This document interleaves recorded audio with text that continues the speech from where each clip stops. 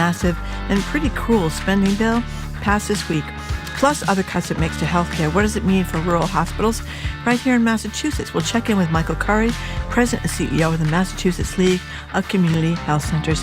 All that ahead in the 11 o'clock PR on GBH and NEPM.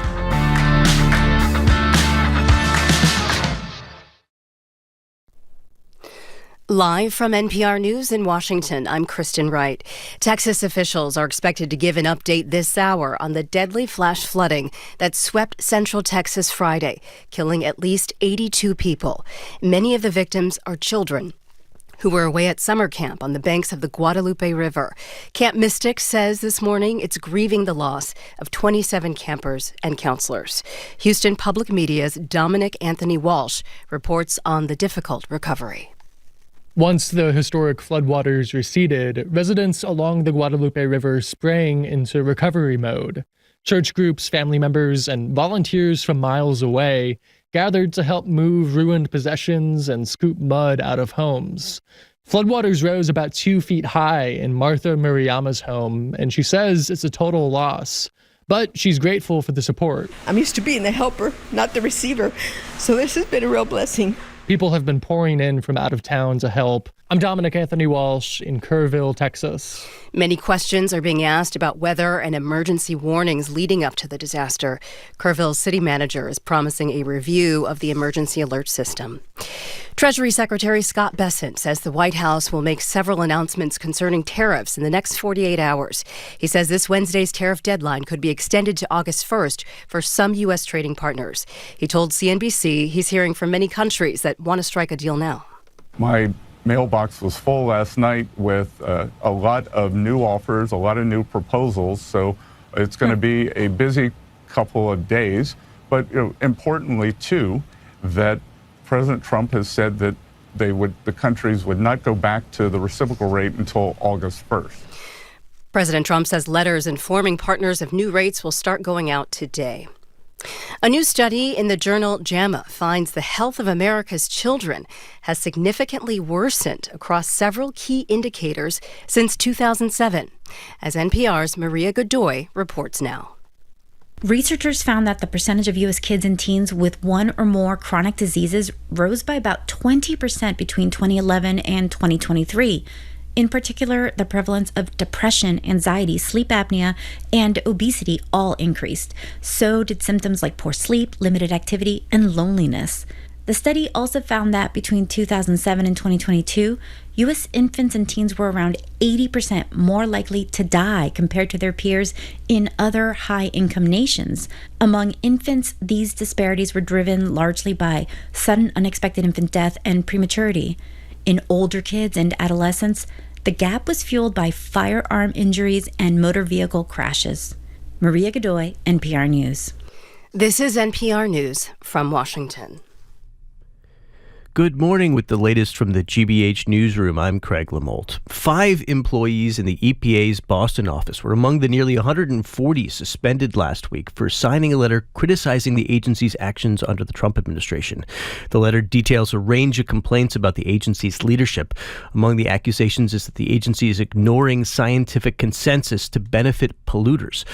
The suspended employees were told they've been put on administrative leave with pay for 2 weeks pending the outcome of an investigation. Udina Kipka is a Boston EPA employee who signed the letter but was not suspended because she's a union steward.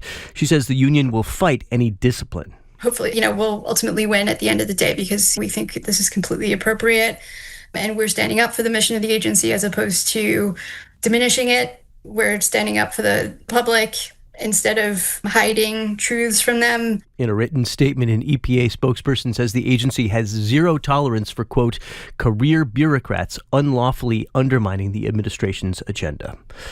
More than a dozen communities continue to have trash collection disrupted as a sanitation strike nears a week long. Peabody firefighters with the International Firefighting Union joined the picket line with Teamsters Local 25 over the weekend to show their support. We negotiate our contracts with the city, and we know that sometimes you have to fight, and we're here to support the Local 25, and we know they're here for us if we ever need them. 450 workers started a strike just after midnight last Tuesday during ongoing contract negotiations with their employer, Republic Services. Workers are looking for better wages, better working conditions, and benefits. This is GBH. Support for NPR comes from NPR stations. Other contributors include Indeed, committed to giving job listings increased visibility with relevant candidates through its sponsored jobs feature. Learn more at Indeed.com/NPR. And the listeners who support this NPR station.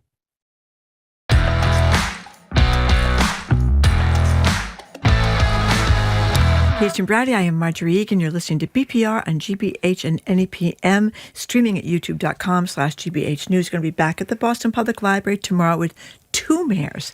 Boston's Mayor Michelle Wu will be taking our questions and yours from 1 to 2 for another edition of Ask the Mayor. And then Providence, Rhode Island's Mayor Brett Smiley is going to join us before that at 12:30. On Wednesday, the Attorney General, Andrea Campbell, will be at the library again taking our questions and yours from 11 to noon.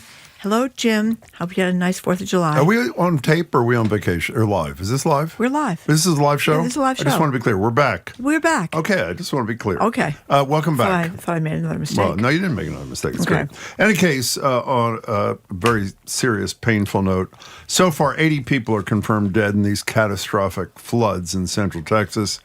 A dozen girls and their counselor missing when the flooding swept through their Christian summer camp, Camp Mystic. Climate change played a major role in water rising more than 24 feet in 45 minutes onto a rock-hard river basin. And all of this happened on the exact same day that Donald Trump signed a bill into law that essentially guts all the climate protections that had been in Joe Biden's Inflation Reduction Act. And our question for the beginning of the show is, will people make this connection and understand this is an invitation to more Central Texas kind of events? That's one. Plus, there are significant questions, as I'm sure you know, about the ability of officials to prepare for this extreme weather in the face of widespread layoffs at NOAA and the National Weather Service across the country, DOGE inspired, by the way. Here's Homeland Security Secretary Kristi Noem in Texas the other day talking about the nation's ancient flood notification system, attempting to shift blame away from what her boss has done. That is something, and one of the reasons that when President Trump took office, that he said he wanted to fix, and is currently upgrading the technology. And the National Weather Service has indicated that with that and NOAA, that we needed to renew this ancient system that has been left in place with the federal government for many, many years. And that is the reforms that are ongoing there. Meaning it's Joe Biden's fault. What she failed to mention, maybe she ran out of time, is that Trump in April canceled a federal emergency management agency program to fix long-standing infrastructure problems. So the question for the top of the show here is, are the American people going to make this connection? Again, on the exact same day that Trump is eliminating virtually all of the climate protections passed in the prior administration, climate change contributes to this incredible horror show in Texas. Not to mention the fact that, as I say, these DOGE-inspired cuts helped ensure that people, let me tell you who's eliminated from the National Weather Service San Angelo office in Texas: a senior hydrologist, the staff forecaster, and the meteorologist, in charge in that office is the area where the floods were. Will people make that connection? 877-301-8970. You know, it's so demented that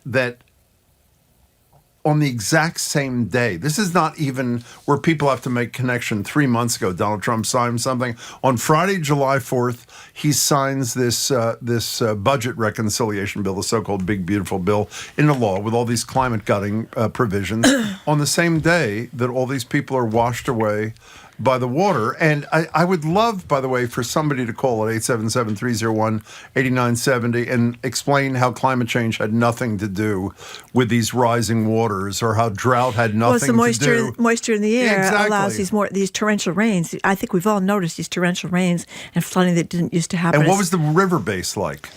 rock hard, dried out from droughts prior to that. Right. So the soil was not absorbing any of the water. It was just running past. Someone described it as like a sheet of ice going right past the top. Obviously, it wasn't ice. It was water, but there was no absorption. So what's your answer to the question? I mean, Kristi Noem's effort was to say, hey, prior administrations didn't do these technological stuff. President Donald J. Trump will fix all this stuff, even though, as I say, FEMA had canceled these efforts to upgrade the infrastructure before.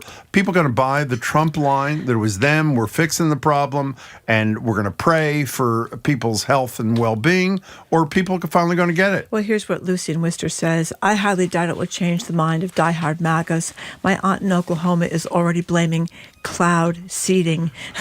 No, there's some right-wing members of Congress are saying, or a candidate, I guess, in Georgia, saying fake weather. It was cloud seeding. The Democrats wanted this tragedy to happen because it would benefit their efforts. And by the way, this I'm sure this will offend some people, so my apologies. Greg Abbott, who knows he has no answer to any of these things, the Texas governor, what does he propose? Prayer. Here he is. There is a word that's been the most common word that's been spoken over the past 36 hours, and that is the word prayer. Your prayers have made a difference. We ask for continued prayers as we... And by the way, I don't know if you've seen, I've watched all these press conferences over the weekend. The guy who's the town manager in Kerrville, you know what he does? Is Sue Dalton, somebody or other. As soon as there's a tough question answered, asked, no more questions. Yeah. We're not going to talk about any of the causes now. We got to deal with this. And their hope is that people lose their attention span and never talk about the causes, never talk about the gutting of NOAA and the National Weather Service, never talk about the gutting of climate change provisions. It's really pathetic. You know, we just heard at the top of the news, Craig LaMolt, our colleague here, reporting how these EPA administrators in New England, some of the EPA workers wrote a letter of protest talking about how the EPA has basically given up being the protection agency, and they're lying about the problem of climate change, and now they're suspended. From 5 of those employees were suspended because they dared sign their name to this letter. I mean, it's very sad, really, and it's very sad for people that are young today that, as Bill McKibben has told us, if we stopped everything today, if we stopped driving around in our gas cars and airplanes and all that kind of stuff, things would still get worse for 30 years. So, because we've done so much damage, we've gone beyond the point of fixing things. So, they're just lying about everything, and they're pretending that climate change doesn't exist. I mean, if we were building more wind farms, if we were driving more EV cars, if we were doing what other countries are doing to try to protect these things, then there might be an amelioration of this. You know what the first step is? You keep saying, and you're right to a great degree, whenever we have a discussion about why the American people don't get something, you say because a significant chunk of the American people are captives of Fox News and know nothing else. Well, you know what the problem, at least this last weekend, in my estimation, is not just Fox News. I watch CNN virtually nonstop. I think it's fair to say they're the most down the middle kind of station. There's Fox News on one hand, MSNBC, which I think plays it straighter clearly than Fox News does, but they're obviously to the left. The first broadcast I watched 46 minutes before anybody mentioned climate change. It 46 minutes. Insane. Why are they scared? What are they scared of? Because everybody's afraid of President Trump. Haven't you seen what's gone on? Everybody lies to protect him. Everybody votes against their constituents' best interests to protect their own jobs. I mean, we've become a nation of gaslit liars, and it doesn't seem to bother people. I mean, you know, we're not going to have the EV chargers built. He's just gutting all this stuff. So he's actively hurting in so many ways the people of the United States, whether it's healthcare, whether it's climate change. I mean, this is not the first thing. We had those wildfires, you know, they kept talking about a 100-year storm. Trump kept talking about a 100-year storm. It's a bunch of baloney. All those 100-year storm things are out the window now because of the... 13 people died in San Antonio from flash floods. What was that, a month ago? 2 months ago? That was another storm of the century. Let's take some calls. 877-301-8970. Listen to this. What's it? Here's an informed person. We can't control the weather, you dope. That's a very good point. And you know, she's a woman or the man who wrote that. Well, in some ways we can control the weather because we are screwing with Mother Nature right now because of greenhouse gases. So we're controlling the weather or making weather worse in a very dangerous way. Whether it's, that's your choice, I guess, these days, whether you want to go by fire or flood. What's the name of the U-Dope texter? Well, they didn't sign their name. Again, you were invited. Any of these people who think we're dopes. Here's what a way to manipulate a tragedy to suit your narrative. Okay, so you know why we're, quote, manipulating a tragedy? Because unlike you, we wouldn't like there to be another tragedy because of our heads being in the sand. And why doesn't one of you call us rather than anonymously texting us, which you're welcome to do, at 877-301-8970, and explain to us why we have no impact as human beings on the weather. Nick and Hartford, let's take some calls. Okay. Nick and Hartford, you're first on BPR. Welcome to the show. Hi. Hi there. So to those people that just wrote in, I'm just going to say to you right now, yeah, that's a really simple way to address this, saying we can't control things. What you can control, though, is our response and how we move forward. When we divert all of these millions of dollars from the EPA, from various weather forecasting services, and just dump it into places like FEMA, that would be the smart thing, right? We took it away from FEMA. We're putting it into concentration camps. Yeah. We're putting it into everything possible to not deal with this and ignore it. Now, I have been studying environmental issues and climate change, for about 15 years since college, and I now work in sustainable agriculture. Oh. Good for you. Over the years, I just really want people to remember it took years and years to get Republicans to acknowledge climate change in the first place. Then it was, but humans aren't the primary cause. Now it's humans, can't possibly do this. Even when faced with, maybe green energies will be cheaper. Then some of them got on board. Now, all I'm seeing in my day-to-day, hearing from family, seeing a bunch of whack jobs in my town, and just on my television, everyone is moving into this right-wing evangelical Christian mindset with this homesteader mentality. It is easier for people to ignore these problems and not necessarily have, a proud fear of God. They're afraid of what they're capable of and the responsibilities that they have as the only species on this planet capable of doing this and capable of maybe putting a stop to more damage. These people need to get real, put down whatever news source that they're getting all this from, and just think about their friggin' grandchildren.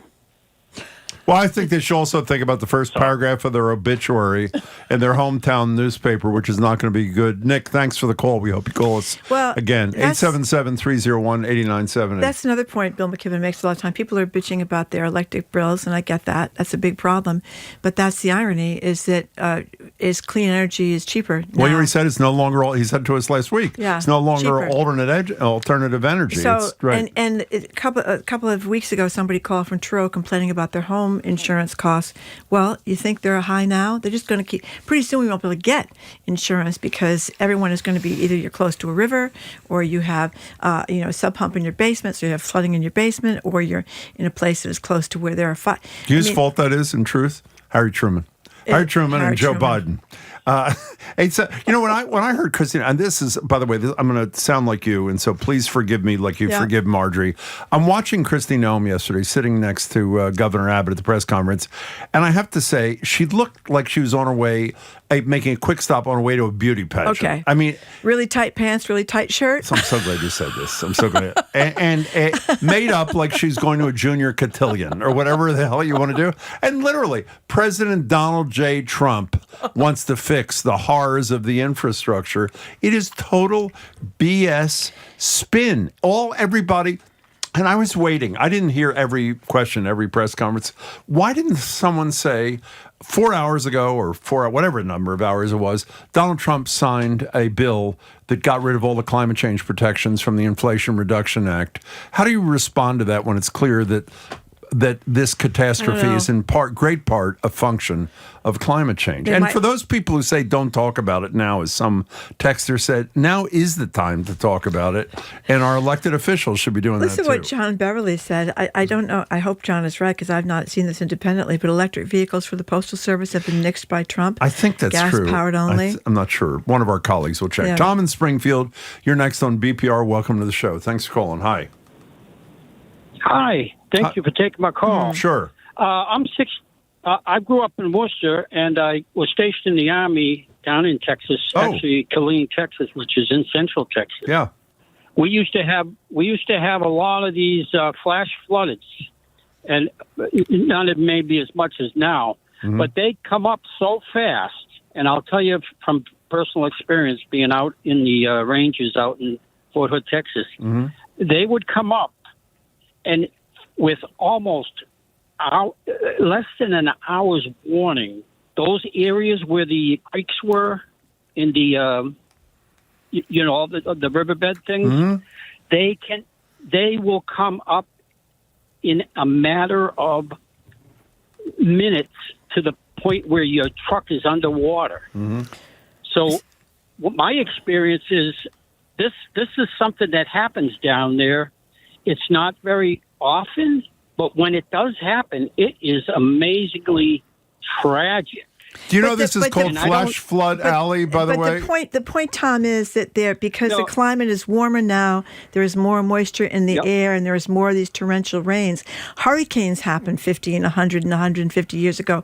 The difference is now they're bigger, more severe, more deadly because of the warming of the planet. So I'm not saying they didn't happen then, but it's a different... The extreme nature is... The extreme nature, exactly. I mean, it's extremes. It's hot and cold extremes. But thank you for the call, though. Thank you, Tom. We appreciate it. 877-301-8970. Okay, let us go to... here's another... Here's a Casey from Somerville. To the anonymous texters, you think we are dopes... You are dopes. We cannot, that's not us, this is Casey from Somerville. We cannot control the weather, obviously, but we can control gutting FEMA, leaving NOAA without predictive weather service capabilities and personnel, as well as flood preparation. These storms are not really surprises. By the way, thank you, Casey. It's 90 degrees out today. Yeah. You know, we've forgotten that this kind of weather is unusual here. Well, you asked McKibben this the other day. Earlier summers, later summers. Yeah. Starts earlier, ends later. Many of you are probably old enough to remember when nobody had air conditioners around here because we didn't need air conditioners around here. Now you got to have air conditioners around here because the wet sheets just won't cut it anymore, Jim. You're a religious person as opposed to me. Are you as offended by, I mean, when major shootings in America, members of Congress who oppose gun control, thoughts and prayers. That's the response. And here, Greg Abbott, the word he hears most commonly in Texas is prayer. I'm not a religious person. Are you offended by this? Well, that prayer is the deal? I'm offended by people wrapping themselves in this cloth of Christianity and their religion, when the person that started the religious Christianity would probably not agree with any of these people are doing. I mean, that's kind of the problem, right? You know. I would say. I mean, he's a liar about things. He's a big gun guy, Abbott. He doesn't want anybody to talk about guns after they had these massive shootings in Texas. And by the way, because of Rick Perry, the governor down there, before climate change became such a dirty word to Republicans, they put up tons of wind farms in Texas that are helping them get through their grid survive when they have these terrible heat waves that they didn't used to have. Am I right when Rick Perry was running for president, he was in a debate with a bunch of people, including Romney? He says, I want to eliminate 3 departments. He can only remember 2, and Mitt Romney had to tell him what the third... Am I not right? I think it was Department of Education. Whatever it was, Romney had to tell him what the third one was. Maybe he remembers the Department, I don't know. But he did forget them. It was very embarrassing. Jean in Melrose. Oh, Jamie is telling us the one he forgot that he wanted to eliminate was energy, which he became the secretary of subsequently, which is pretty great. Let's go to Jean in Melrose. Hi, Jean. Welcome to BPR. Hi. I just wanted to tell you, of course, I agree with you. And I Googled it a little bit last night because I have a relative who's in Texas, and I was concerned about them. They were about an hour away from the floods. And I found out that the people are trying to, the reporters and stuff are trying to minimize the response to how it was affected by a lack of staff for the National Weather Service. But in one article that I read, it showed that there were about 7 people that were laid off from that area. Well, so including, as I said a minute ago, Gene, this is in the New York Times.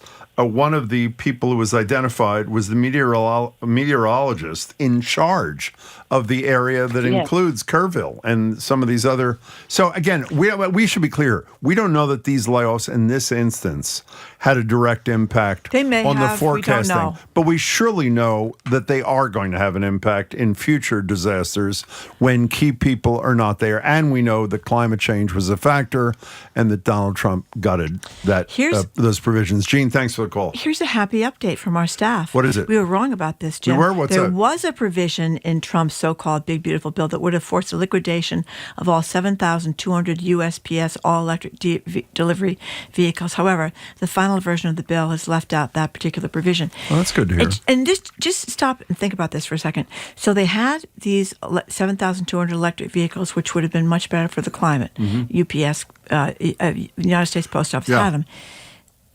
They initially wanted to liquidate them, get rid of them. What's the point of that? The point of that is I will probably raise more in donations from fossil fuel contributors if I can say I was the point person attempting to eliminate the 7,200 EVs in the Postal Service. But I mean, think how destructive and kind of cruel and just nasty that is. To just want you mean to like knocking 12 million people off health care or low income? That's Is that what you mean? Yeah. Nasty. I tell you, it was really tough on vacation, you know. Well, you stay away from the news most of the time, don't you, on vacation? You know, every time somebody would bring something up, you know, I'd say, you know, it's a beautiful day down here. It's like singing that thing on SNL, the Adele song. Cod. Can we not talk about this? And then 15 minutes later, somebody else would bring up something about Trump, and I say, "Oh my God!" Well, it was relentless, by the way. He was really active July 4th week. It was terrible. It was like one thing after another. Like I said, you're sitting there on the beach, but somehow you got this big black cloud over your head. Literally. Anyway, we're talking about this terrible disaster in Texas and the kind of avoidance of the reason that we're going to keep having these disasters, which is we're doing nothing in the United States to help the climate change situation. We're actively making it worse. I'm Marjorie Egan. He's Jim Browder. You're listening to BPR and GBH and NAPM and streaming at youtube.com/GBH News.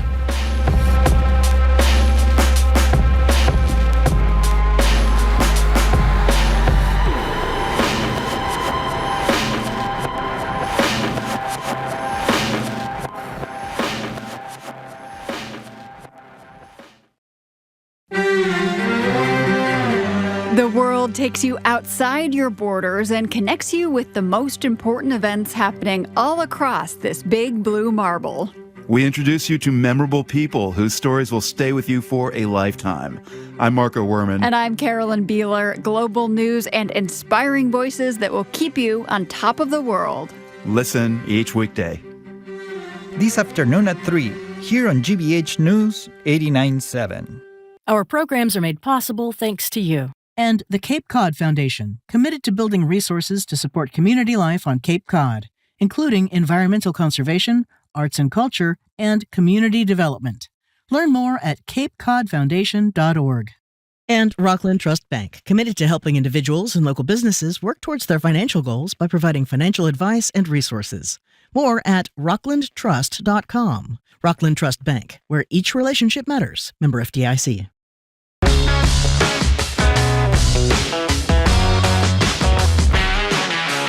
Welcome back to BPR and GBH and NEPM. Marjorie Egan and Jim Browder is streaming at youtube.com/GBH News. We're talking about a bunch of things. The centerpiece, of course, is the horror. 89 people as of now killed, and the number is going to grow in these Texas floods. We're talking about the fact that the same day that these floods happened was the day that Donald Trump eliminated any language, any provisions to prevent worse climate change from happening. Will people make the connection? We're not suggesting that legislation, of course, was responsible, but what may be responsible are the cuts, the Doge-inspired cuts that were made to NOAA and the National Weather Service, including the chief weather person down there in the region that includes Kerrville.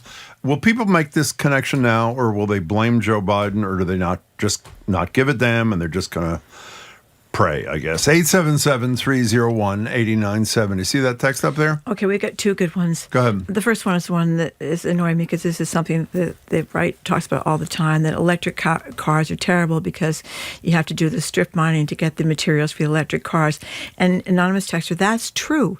But the problem is that the fossil fuel issue is so overwhelming in terms of its destruction that until we can get enough clean energy to produce more electricity, you need to do bad things to get the electric cars. But it's better than keeping up all the gas cars. Don't let the perfect be the enemy of the good. Yeah, so you're right about that, but that's not a reason not to do it, although the right says that all the time. Here's Bill from the North Shore. This is a good one. Good text. Talk to my 90-plus Midwestern Fox News watching dad over the weekend, and here's his paraphrased take on the intense heat.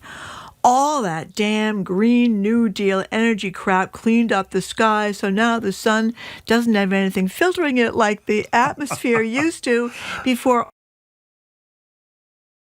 Stuff. The Bill says it's almost like his father's ghostwriting for the Onion. But that's the thing that's important. And the gentleman that texted about the electric vehicles being bad because of the strip mining stuff, there's a kernel of truth in some of these things. So people hang their hat on those things, but miss the bigger picture. And I think what the Trump administration does so brilliantly is lie so constantly, that people just think, well, some of the stuff has to be true and he has to be right. Okay, so all the lying, people believe, as you say, the wildfires, these floods, have nothing to do with climate change. Well, wildfires is a great example. He talked about manicuring the forest. You're right. And there was some truth to that, right. That if you did a better job at protecting your home or having distance between you and the trees, there was some truth to that. But the overall picture is the heat. That's what's causing it. And these other small things are kind of drops in the bucket. Dan in Worcester, welcome to BPR. Hi. Hi, good morning. You too. I just want to connect a few things in terms of what your comments about Kristi Noem and dress and just the general optics of things. I want to bring everyone back to 2017 when Puerto Rico was hit by Hurricane Maria. Sure. Right. Now, have hurricanes happened in Puerto Rico and the Caribbean for a long time? Yes. Yes. Has the intensity of them grown and the amount of the hurricanes grown? Yes. So it's not a denial of things, like flash floods happening in the past. It's a recognition of the intensity of them. Exactly. And so when you have the same president that during his first term went down to the island and threw paper towel at people. What an image. The idea of religion for this administration is just an escape valve. They are not devout Christians. They cannot claim to be empathetic to anyone. This is just it's just language and optics in terms of changing the narrative or changing people's eyeballs to not look at things. Like when you have children dying at a camp between the ages of 7 and 10, you want to and it's not just a camp. It was a Christian camp. The irony of it. And then having them denying basically absolutely everything, you can tell that they have absolutely no core values in terms of Christianity. So for this administration, it's entirely an escape valve. Let's just offer, thoughts and prayers and move on to the next story. Yeah. You're exactly right. Dan, thanks for calling. You know what Dan reminded me of? What? We mentioned Greg Abbott because he had nothing else to say talking about prayers. He actually did have one other thing to say. Oh, what did he say? What he said is when they're asking about was there enough notice given so they could evacuate, he said his response, which if had it not been for the horror, was laughable. Well, evacuation could have been a problem too, because if they'd been told not to evacuate, then there'd been a log jam on the roads. So essentially what his position is, it's better that they not know. No. And despite the fact that we have 89 body bags with probably a couple dozen more, there is no willingness. There is zero willingness to allow even a scintilla of fact and truth and science into these discussions. It's amazing.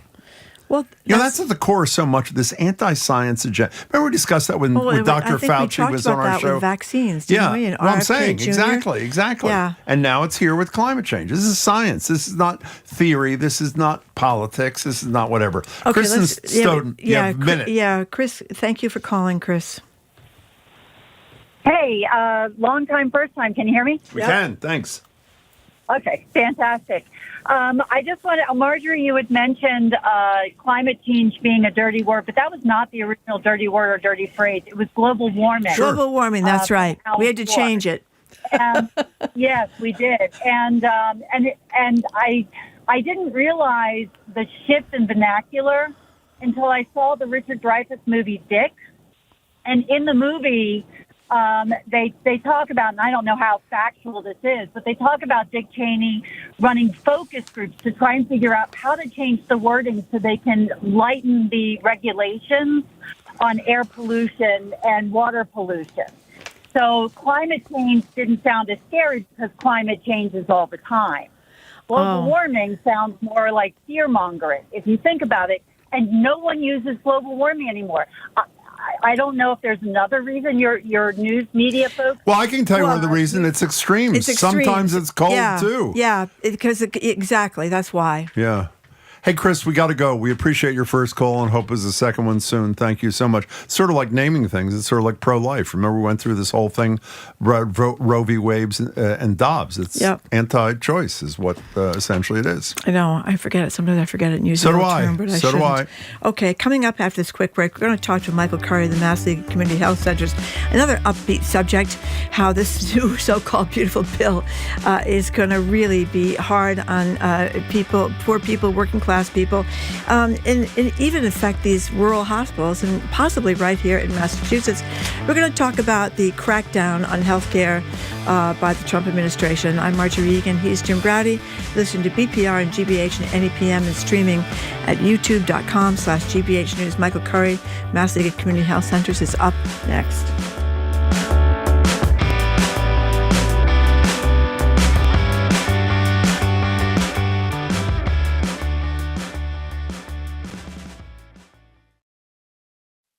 Trusted, local news. The MBTA says imported train components that are needed for new orange and red line cars have been seized by the Trump administration. GBH News. The State Cannabis Control Commission has suspended a testing lab, accusing it of underreporting yeast and mold found in products. Here for what matters to you. High interest rates and economic uncertainty are slowing housing development and the transition to clean energy. GBH 89.7. Online at gbhnews.org. Support for GBH comes from you. And Mass General Brigham. Their leading heart and vascular specialists are committed to providing breakthrough care to patients with cutting-edge research and innovative treatments. Learn more at massgeneralbrigham.org/heart. And Discovery Museum in Acton, hosting its inaugural Nature Play Festival on Friday, July 11th, offering immersive nature-based activities outdoors and inside from 11 to 7, open to all. Learn more at discoveryacton.org.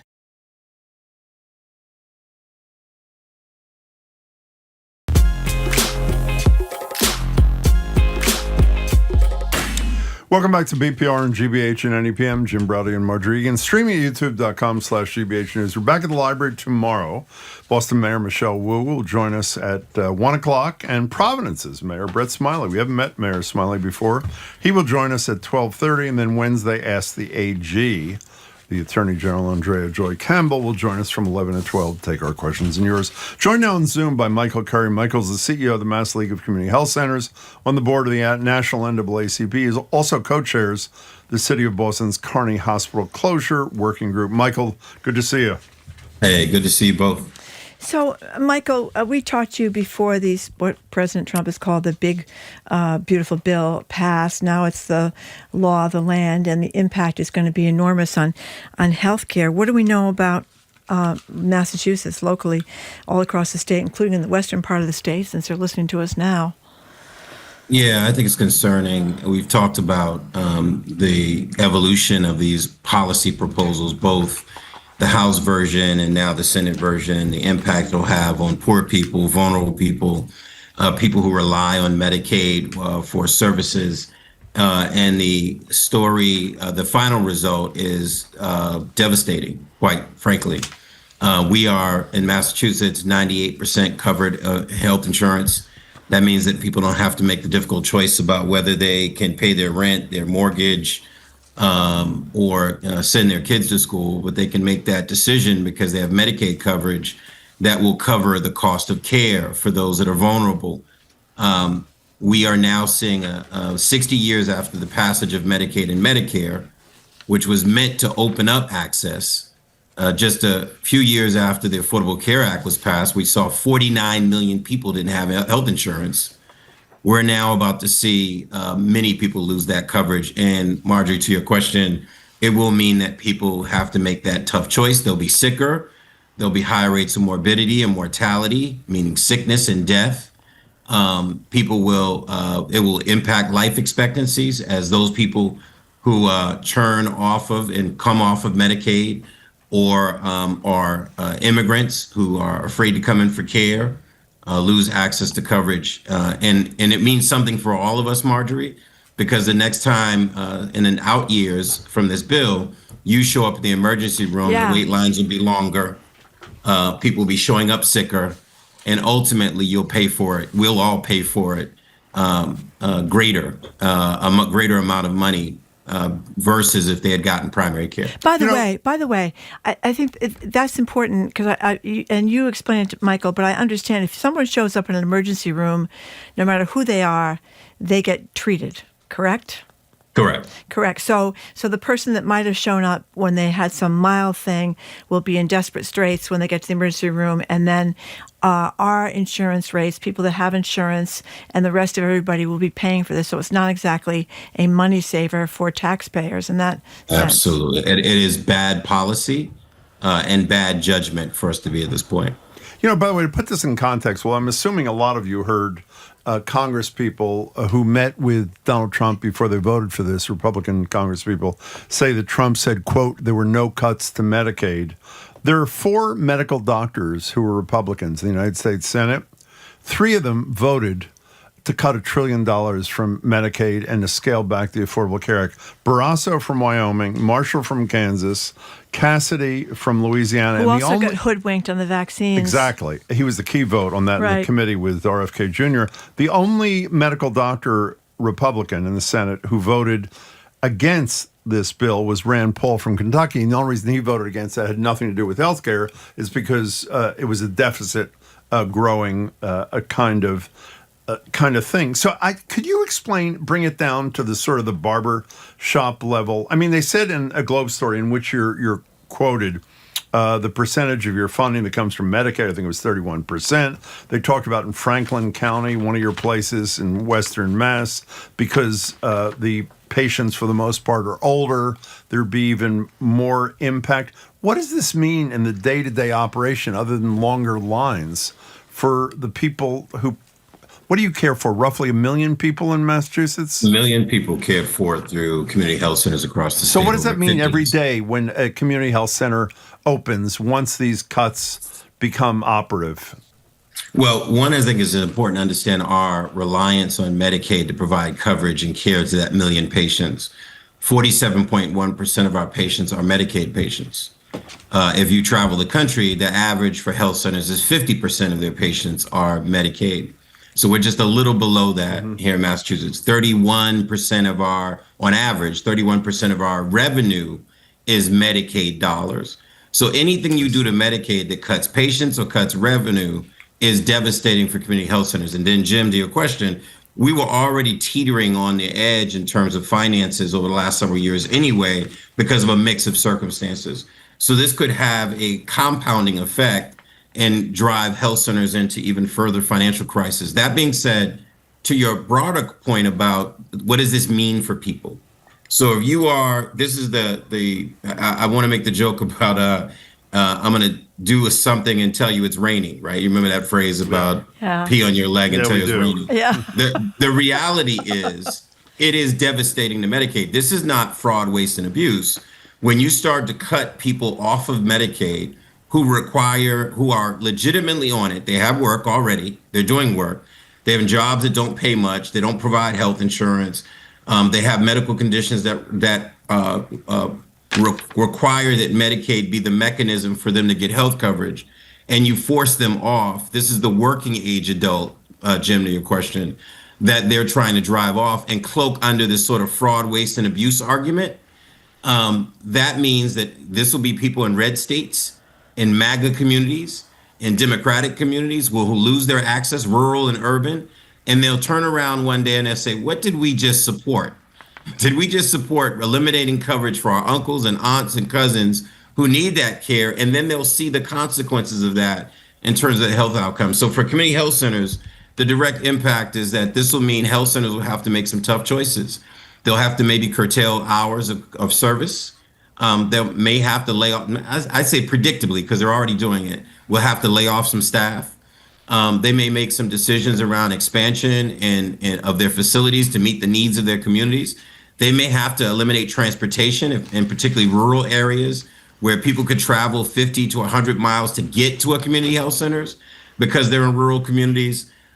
This is going to force providers, hospitals, health centers, and others to make some really devastating decisions that will result in the impact it has on lives. And Michael, I've read where the percentage of people on Medicaid, you talked about people with jobs where they weren't getting health insurance who are already working, is pretty high, isn't it? You know, this idea that they're going to, with these job requirements, it's going to somehow be a big deal.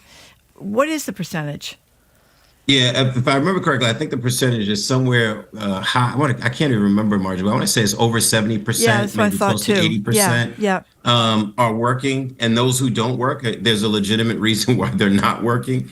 And I think, it's misleading, right? Again, to Jim, your point about whether this is really about fraud, waste, and abuse. No, it's about really mean-spirited policy meant to hurt poor people, marginalized people, and I would argue racial and ethnic minorities who will be the ones carrying the burden of this policy. But haven't they put a diabolical thing in here that a lot of these impacts won't take place till after the midterm elections, so they won't get blamed in time for people to change their vote? Yeah, I mean, that's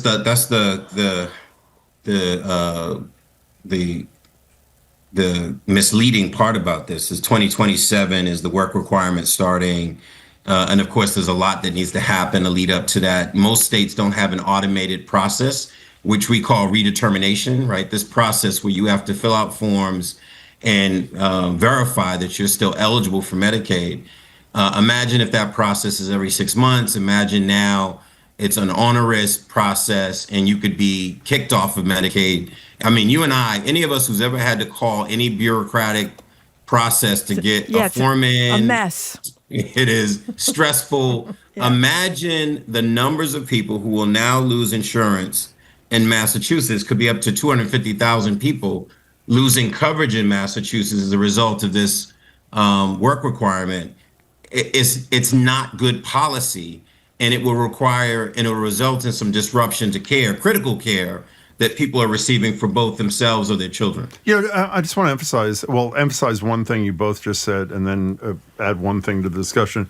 The emphasis thing is it shouldn't gloss over this notion that the tax cuts and things are going to happen almost immediately, the things that will benefit some people, and the pain delivered to low and moderate income people will be, in some cases, a month after the midterm elections. So the Congress people who voted for this and the senators can say, have you seen any diminution? Have you seen? The answer is no. They're making this all up, sort of the Trumpian thing. The second thing, I just want people to know, it's not just League of Community Health Centers, which serves 1 million people, as you said.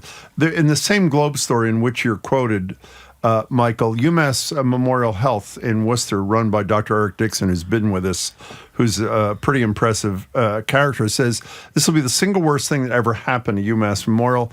They may have to cut medical services that are the money losers. Listen to what the money losers are at UMass Memorial Health in Worcester. Pediatrics, obstetrics, psychiatry, and primary care, which I think most people know is a money loser for most operations. So the impact of this, even if it's delayed, it's just unimaginable. And the last thing on this, I'm sorry, you go ahead, Michael. No, I want to add some points to that. So the number of people in Massachusetts, 2 million people are on Medicaid. Yeah.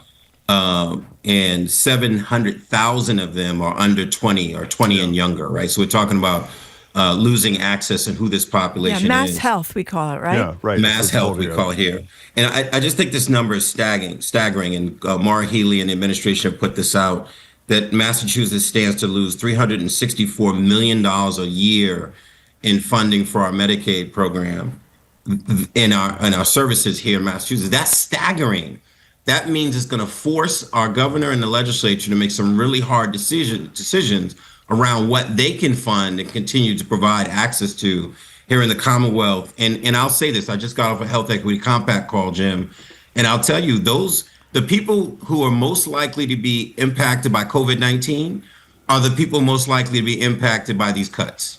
They're Black, they're brown, they're poor, they're rural. And Maura Healey has said to us, and I don't know if she's going to change her tune when the devastation really checks in, but she said that the state of Massachusetts does not have the money to bail out what the federal government is taking away from us. That we're dreaming if she thinks she's going to be able to fill that hole, essentially. Yeah, I mean, it's like any of our own personal budgets, right? If a major source of income for you goes away, you then have to make some decisions about the food you buy or the school you send your kids to or the other things that you have to do or want to do to have a better life. And as a state, we'll be forced to make some really tough decisions. What I do hope, similar to my comparison to COVID-19, is that we understand as we enter these dark times, I'll call them, that we have to protect the most vulnerable, that we can't let people get sicker and die. And we have to find a way to resource those communities so that they can survive this really next difficult 2 or 4 years.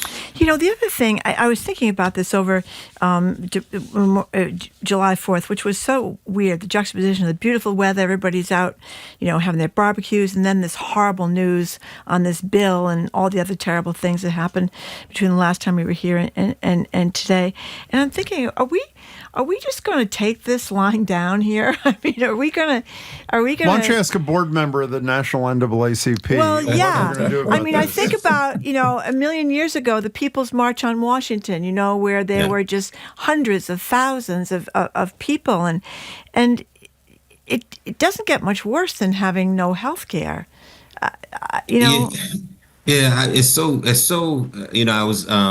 I was away on vacation this weekend. I spent some time at Martha's Vineyard with my kids and my fiance, and we were there. And I ran into Ayanna Presley's staff coming back from vacation, and they were sharing that she spoke on the Vineyard and really talked about having hope in this moment, despite how dire and devastating things are. That we have to believe that there's hope. And I'd say, if you know American history, you've been here before. Yep. There have been these really bad times in American history where we've had bad policy that have hurt people. We're there again now. What we have to do is to, one, have hope. And I think, Marjorie, to your point, the courts aren't really delivering all the decisions that we would hope. No. I think that's devastating. Legislatures across the country, we are lucky to be in Massachusetts. When you think about access to programs and services, are making some really horrible decisions that impact families. We just got to keep, whether it's in the streets, in the courts, in the legislatures, in Congress, we got to show up for the next few years and make sure our voices are heard. I'd say this to not be gloom and doom. We'll lose progress, all the things we fought and died for, and we are literally going to lose lives. And I don't think that's an over-exaggeration or an exaggeration. There will be a loss of life from this. And that saddens me very much. Speaking of loss of life, if we can continue the doom and gloom just for a second. And by the way, whenever Congresswoman Presley's on the show, she criticizes, particularly me, but us, about our doom and gloom. So we're glad you mentioned this too. Some of us actually, I would like to think, most to care about that too. He used to be a senator. His name was Marco Rubio. He's now the Secretary of State.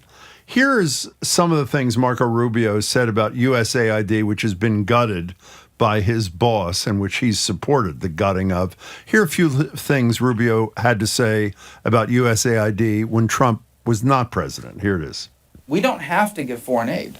We do so because it furthers our national interest. That's why we give foreign aid.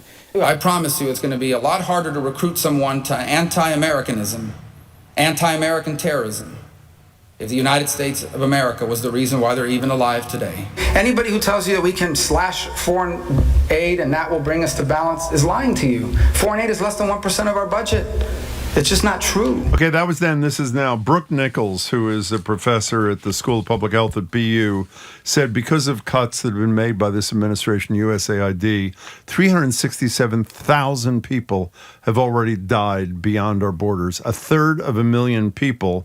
And another consortium in the same report of international experts says that by 2030, which is right around the corner, 14 million people will die because we're not providing basic medical services like we have for years for vaccines and things like that. It is the cruelty quotient, both domestically and internationally, to people who need government to help them through life it's unimaginable, Michael Curry.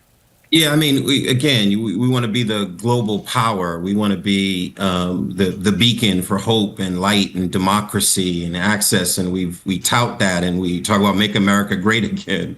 And then we do the exact opposite in this particular situation. We know that the world has relied on health medical innovation out of the United States. We know that HIV/AIDS across the globe, that we've been a major player under the U.S. President's emergency plan for AIDS relief that was launched in 2003. We've been the beacon of hope in responding to disease across the globe, and we're now retreating from that. So, Rubio's comment is disturbing because we see the flip-flops on a lot of things that people said they believed in until they got a job in this administration, and then all of a sudden they forgot what they used to say or what they believed or what their values are. And this is another great example of that. I had a speech recently where I was talking about the impact of these federal policy shifts on the U.S. population. And an international researcher came over to me and she said, Michael, please from now on, talk about our role in the world and how many people will die as a result of our cuts to USAID, 83% of U.S. aid grants. You got to lift that up as well, Michael. And I've started to do that in my remarks. Yeah, it's rather amazing. I'm trying to think if I've done some things I'm not proud of in my life, but I don't know if I've ever done a 180 on anything and pretended like I hadn't changed my position of you. You're a pretty honorable character. And no, I believe people can evolve. I think people evolve in their understanding, you get more information, but you always acknowledge your evolution and you can justify that you have more information than you had yesterday. But I don't flip-flop for personal reasons. I don't do it for a job. And in fact, if a job requires me to flip-flop, I won't have the job because I will remove myself from that opportunity. I just don't believe that. I believe you believe in what you stand by what you believe in, you fight for it, and you live by it. And then you're flexible to know that you can evolve and understand things in a different way. That's not what we're talking about in this particular situation. By the way, just before you go, Marjorie's evolved a lot on her political thinking. She used to write in the Herald about what a left-wing lunatic I was. Oh, well. And we appear to be in much of the same place on a lot of it. That's evolution. Yeah, but country, but great swaths of the country, including in Congress, have just gone from red to green, yellow to blue, just completely done 180s on almost everything. And they get up and lie about it. It's incredible. I'd say this, truth always rises to the top, right? Yeah. So we have to keep lifting up the truth, talk about data, talk about lived experience, talk about what's happening to people on the street, bring that to your legislators. We have to keep fighting through this noise and this distraction. And I do believe we'll come out the other side, but it's going to require every listener of yours and every family member that they can touch to be equipped with the truth and with information. Michael, thank good you. to see you as always. Thank you very much. Take care, Michael. We've been speaking with Michael Curry, CEO of the Mass League of Community Health Centers and on the board of the National NAACP. He also chairs Boston's Carney Hospital Closure Working Group. We say goodbye to the people at NEPM now. You can listen to Fabulous 413 starting at 3. Up next after the noon news, we're going to talk to Brian McGrory, head of journalism at BU, former editor of the Boston Globe.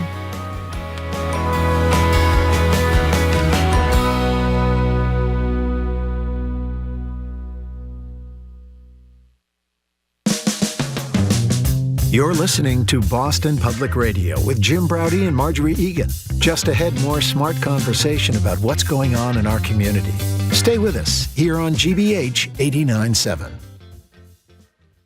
Funding for our programs comes from you. And PNC Bank, who believes when you pay attention to the details, amazing things can happen. Like when you check the pockets of a jacket you haven't worn since last fall and find $20.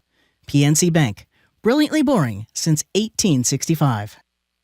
On the next POV, witness the historic and inspiring presidential campaign of Colombian activist Francia Marquez. Watch Igualada, Refusing to Know Your Place, tonight at 10 on GBH2. You're listening to 89.7 WGBH HD1 Boston. Online at gbhnews.org. GBH News. What matters to you? I'm Jim Browdy, ahead on Hour 2 of BPR. We talked with former Boston Globe editor, now head of BU Journalism School, Brian McGrory, on CBS News, knuckling under the Trump administration. Is Harvard next? The latest on Boston's mayor's race. And will the former head of Stewart Healthcare finally be held accountable? I'm Marjorie Egan. We've all seen the pictures of smiling MAGA supporters smiling next to signs for Trump's latest monstrosity, an immigration detention center in the Florida Everglades called Alligator Alcatraz by the president. We'll talk to Amherst College professor Ilan Stavans about the cruelty of our policy and our language and how it could actually be described as a modern-day American concentration camp. All that plus our Two More Things segment. That's next on the second hour of BPR 89.7 GBH.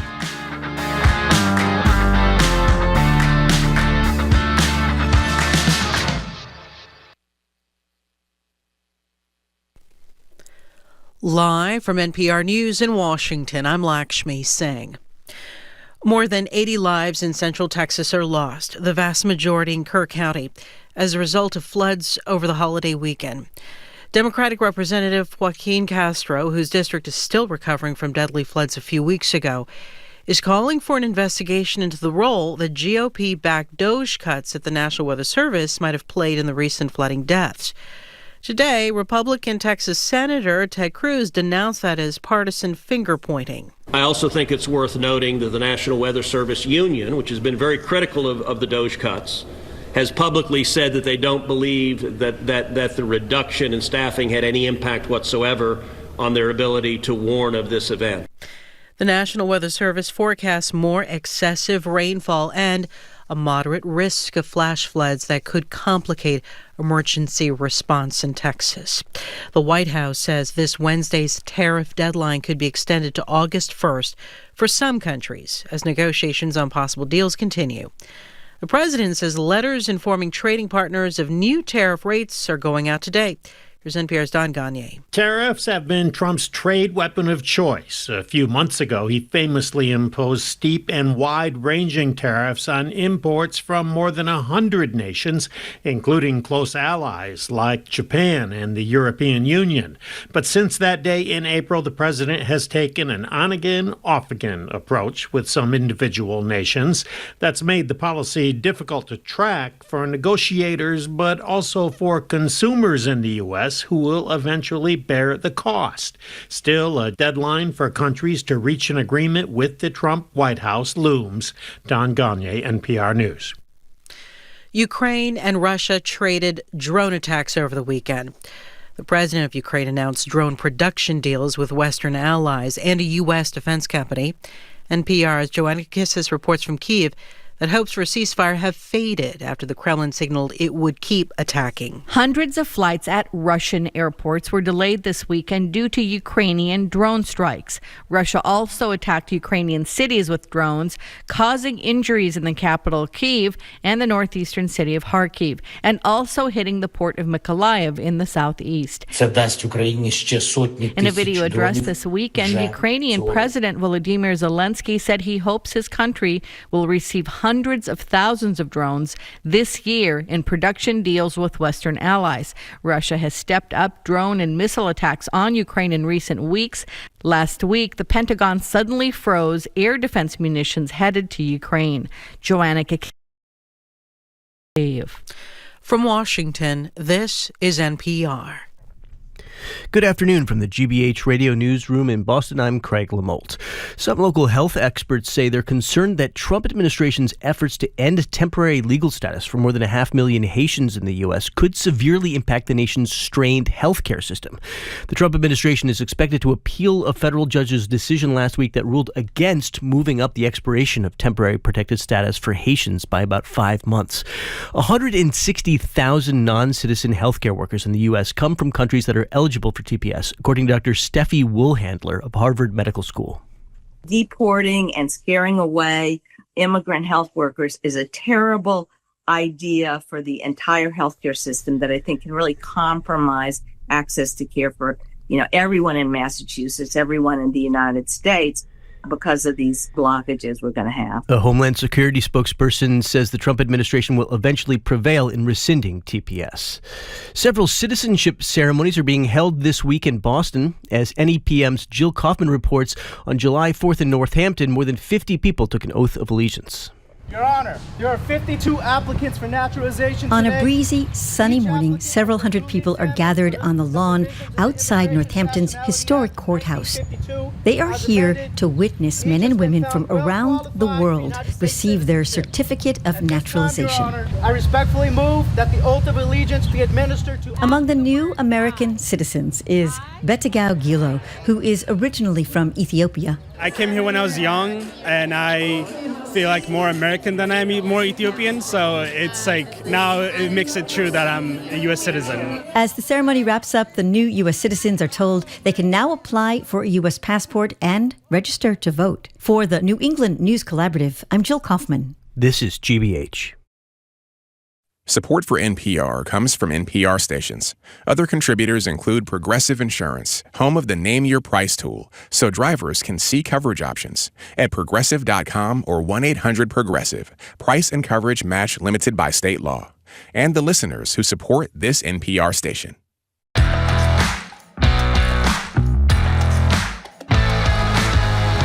Welcome to hour number 2 of Boston Public Radio, 89.7 GBH. We're going to be back at the library, the Boston Public Library, tomorrow with two mayors. Providence Mayor Brett Smiley is going to be joining us at 12:30, and then right after that, from 1 to 2, Boston's Mayor Michelle Wu for another edition of Ask the Mayor. And one more little programming note, Jim. Sure. We're going to be joined by the Attorney General Andrea Campbell on Wednesday from 11 to noon. That's also at the Boston Public Library. Hi. Hi to you. Joined now on Zoom by Brian McGrory. Brian's the former editor of the Boston Globe and now the head of Boston University's journalism department. Hello, Brian. Hello there, Jim. Hello there, Marjorie. How are you guys? Good. Oh, well, we're okay, Brian. Tough few days, even when you had time off for 4th of July. But anyway, let's start with CBS News. People may know that the Trump administration sued CBS News, claiming that they doctored an interview with Kamala Harris before the election. They didn't doctor it, but they settled anyway, and they're going to give $16 million toward President Trump's library. How damaging is this to CBS and journalism in general, do you think, Brian? Well, I think it's Marjorie. I think it's horrible. There's no good spin to put here. It's really damaging to probably the best brand in journalism, which is 60 Minutes. Regarded by all sides as the sort of gold standard of what broadcast journalism can be.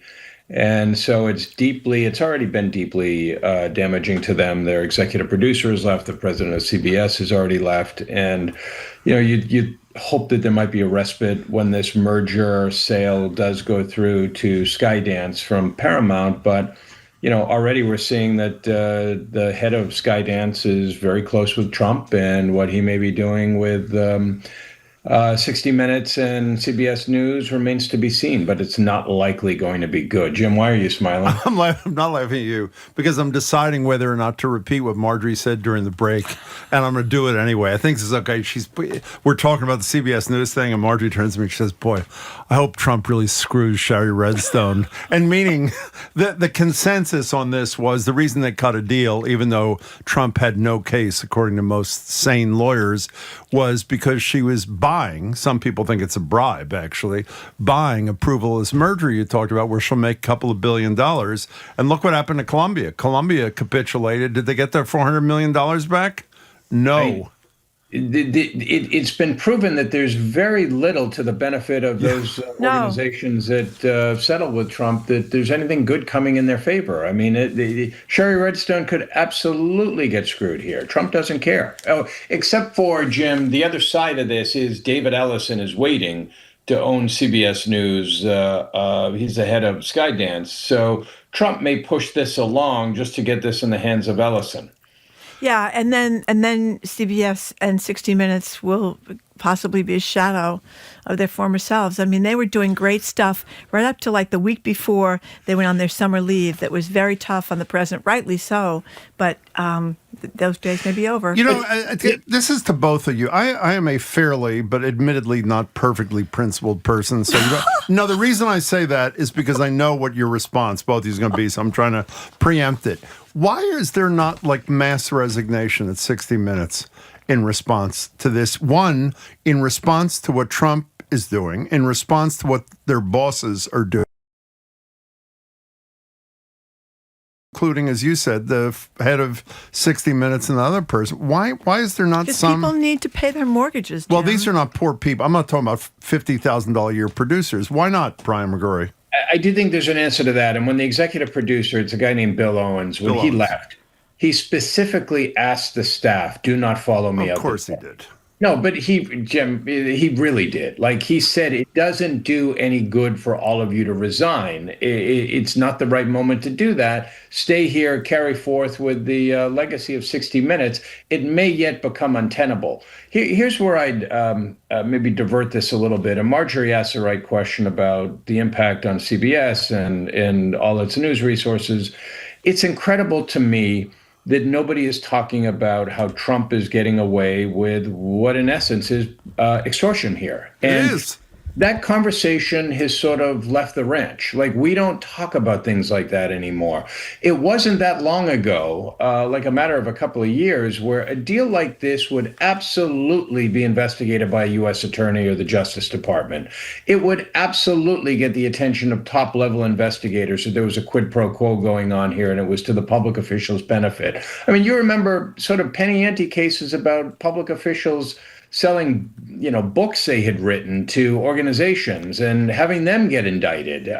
This is a $16 million extortion case, and nobody seems to care about the other side of it. And in fairness, let me just say, Warren, Sanders, and I think Ron Wyden from Oregon, I'm not 100% sure he's included, have raised this bribery issue, asked for an investigation, which will never happen. But Brian, this is a bigger picture. I don't mean to get off topic, but it's almost like we don't care about anything. The Supreme Court is knuckling under. All these colleges are knuckling under. These law firms are knuckling under. CBS is just knuckling under. Some law firms are knuckling. Some law firms are not, thank God, knuckling under, and some politicians are standing up. And the ones who are not knuckling under are winning in every single case. This bill just took away millions of people's health care. It hasn't happened yet. It will happen in 2006, 2007, and some in 2008.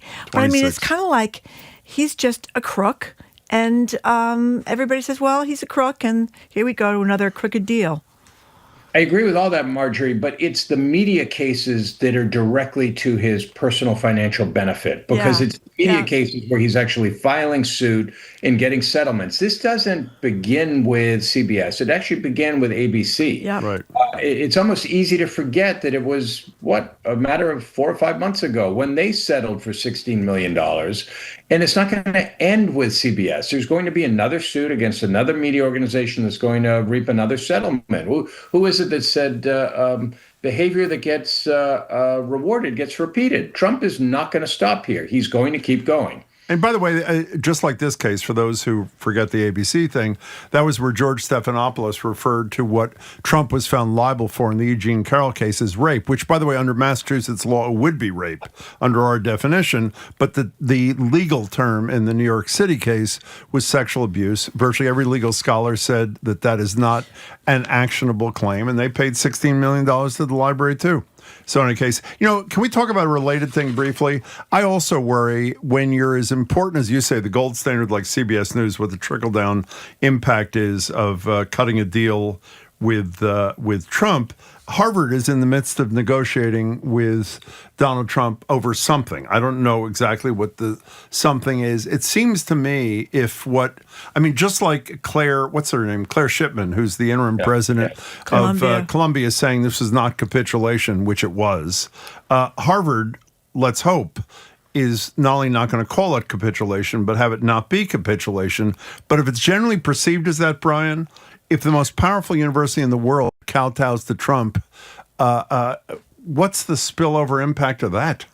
I mean, it's an interesting question, Jim. By the way, I actually covered the White House with Claire Shipman. Oh, you did? She was at ABC then? Yeah. She was at ABC, or was she also at CNN for a stint? I don't know. What'd you think of her? She's a very good White House reporter. Our boss, by the way, worked with her too, Dan Lothian. Maybe at CNN worked with her too. That's right, yep. So, look, Harvard has won, as you well know, huge accolades for standing up to Trump ever since, early April when he came after them. Mm-hmm. Alan Garber has been a model, stand-up guy on behalf of universities across this country and higher education in general. The problem is, as we've seen reported in the New York Times and the Globe, that there are leaders at Harvard that don't think they can withstand the barrage that Trump and the White House has sent their way. I mean, this is another thing. It may not be extortion, but it's harassment. I mean, what he's doing with higher education right now is he is literally harassing them and talking about cutting off all international students and hundreds of billions of dollars that are going to go to things like cancer research and the like. It is borderline crazy. But the issue is, can Harvard achieve some sort of settlement in which it doesn't, in the words of Larry Summer, look like a surrender, and they can actually say, we are doing the things we believed we needed to do anyways in terms of adding viewpoint diversity? Or will anything they do now be perceived as a surrender and a complete sellout of their... Or will anything that they do now make Donald Trump restore some of this funds? As Jim just said, Columbia kowtowed, and they still haven't gotten their $400 million back. Speaking of that... I think Harvard doesn't do anything without having it very clear in writing and in reality that they are getting this money back. Yeah, by the way, I've never thought of this till this minute. I know I'll be mocked for this too. So when the Columbia lawyers, scary. When the Columbia lawyers were negotiating over this, whatever changes they were making at Columbia, none of the lawyers said, "Oh, by the way, before we sign, you got to put in writing we're getting our money back." Excuse me.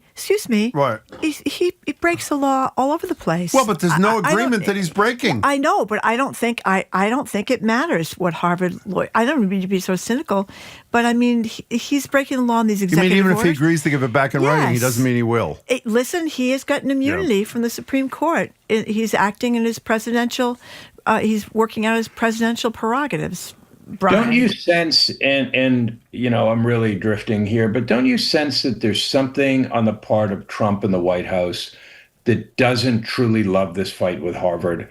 They have thrown out, put forth again and again and again the idea of settlement talks. They issued that letter that Harvard quickly lambasted, and then they rolled it back saying this went out by mistake. It shouldn't have gone out.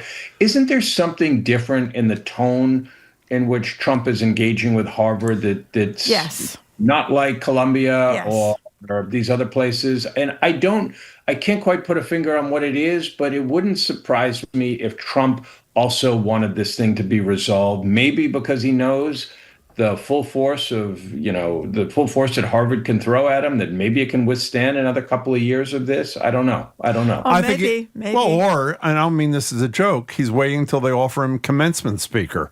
I'm serious.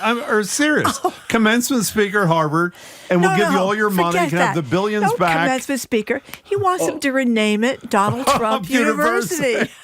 But this gets back to this, not to roll it back to CBS again, but like the officials at CBS were bragging internally that we never had to offer an apology as part of the settlement. And they offered $16 million. That's about as apologetic as it gets. Yeah. And do you think, Jim, I know you're not joking. I mean, do you think Trump is actually holding out for something? He's not going to be the commencement speaker. Let's be serious. But is there something he's holding out for to get recognition from Harvard in some way? When you say he's not going to be the commencement speaker, let's be serious. Let's be serious. If he says we drop everything, you have all your international students, we're not going to go after the endowment. We're not going to force you to you give us some comment about what you're doing about anti-Semitism. We don't care about Islamophobia, of course. Anti-Semitism, and you get to give the speech. I don't. By the way, I don't think I don't think anything is impossible when you're cutting deals with this guy. So, Brian, can we move ahead for a second? We've asked everybody who's relatively intelligent or more as a guest why America is as meek as it is in the face of full-on assaults. The budget reconciliation, this so-called big beautiful bill bill became an act on a Friday, I would argue did as much damage to as broad a spectrum of things as any piece of legislation that I can think of. I may have missed one, but I don't know. And we spoke to Bill McKibben last week, for whom we have great admiration. Sunday is in September. I drove by some nonagenarians in Newton on Friday afternoon, and they were protesting for peace in Newton Center. Why are we so meek in response to full-on assaults on almost all of us? It's a pretty broad question. I mean, it is broad. In terms of the, by the way, I tried to get Bill McKibben to be an environmental columnist for the Globe back in the day. But he's a great writer, too. He's phenomenal. He is phenomenal. But look, in terms of and I hate even using Trump's language on it, but the big, beautiful bill, I think this thing is so all-encompassing, so complicated. It runs the gamut of so much of society that I don't think the country can be blamed for not properly having its head around what it actually means and how it's going to play out in terms of people not having insurance and the social safety net getting sliced to smithereens and all of that. I think we need to see this play out in real time for people to actually say, we didn't think it actually really involved me. And I do think the assault is so, again, same thing, all-encompassing, that it's tough to know where to pick the battles to fight back. And I think that's the problem of the Democratic Party, and I think it's the problem of the country in general. And, I had to drive through the town of Concord over the weekend, and I did. And there are all these signs on lovely people's lawns. In Concord. They're all signs what? There are all these signs on people's lawns saying, no king then, no king now. Wow. Here's my problem with that, Jim. We're fighting the battle against Trump on Trump's terms. He does, in fact, want to be something between a monarch and a dictator. But this is an abnormal moment in American history, right? I mean, we haven't had anything like this before. Why are we fighting it on his terms? Why aren't we just kind of saying, this is not a normal moment? We have to do what we can to make it pass, and it will pass, rather than having peace protests on wherever you said it was. What do you mean? Just this is the Carville thing. Just sit back, let happen. No, not sit back. So what is it? I don't have it. I'm struggling with it. It's Trump has so effectively laid out the rules of engagement that every major institution is playing on his terms, whether it be Harvard or CBS or ABC or all of these groups that we're talking about. They're all playing on his terms. The Democratic Party is playing on his terms. They're completely flummoxed. They don't have a good alternative. So what's not playing on his terms? Give me one example. I don't have one. Do you? No, you're the one that said it, not me. I agree. We are a meek, ineffective resistance, for lack of a better term. What does it mean? I guess, to not play on his terms. I just said that. You asked for an example. Oh, this is give different. us an example. What would it mean to come out and say he's a liar? To call his bluff? What does that mean? I don't. Short sheet is bed. I mean, what are you talking about? Go ahead. I don't have it. And Jim, maybe I'm agreeing with you without wanting to. Agree with you. Yeah. Thank you. Okay, I have another one for you. I'm See, going to I don't think people are convinced that this moment will pass. I think that people think they're convinced we'll pass before the moment passes. No, that there could be this could continue. That I agree. We'll go from Trump to Trump Jr. or Trump to J.D. Vance, and that climate change will be out the window, and all these things will be out the window, because this is that we've done a 180 in the United States of America. I think the one way this moment passes is for political powers and regular people to actually come to terms with how aberrant this moment is and how unacceptable it is. And again, I don't have the answer for how this happens.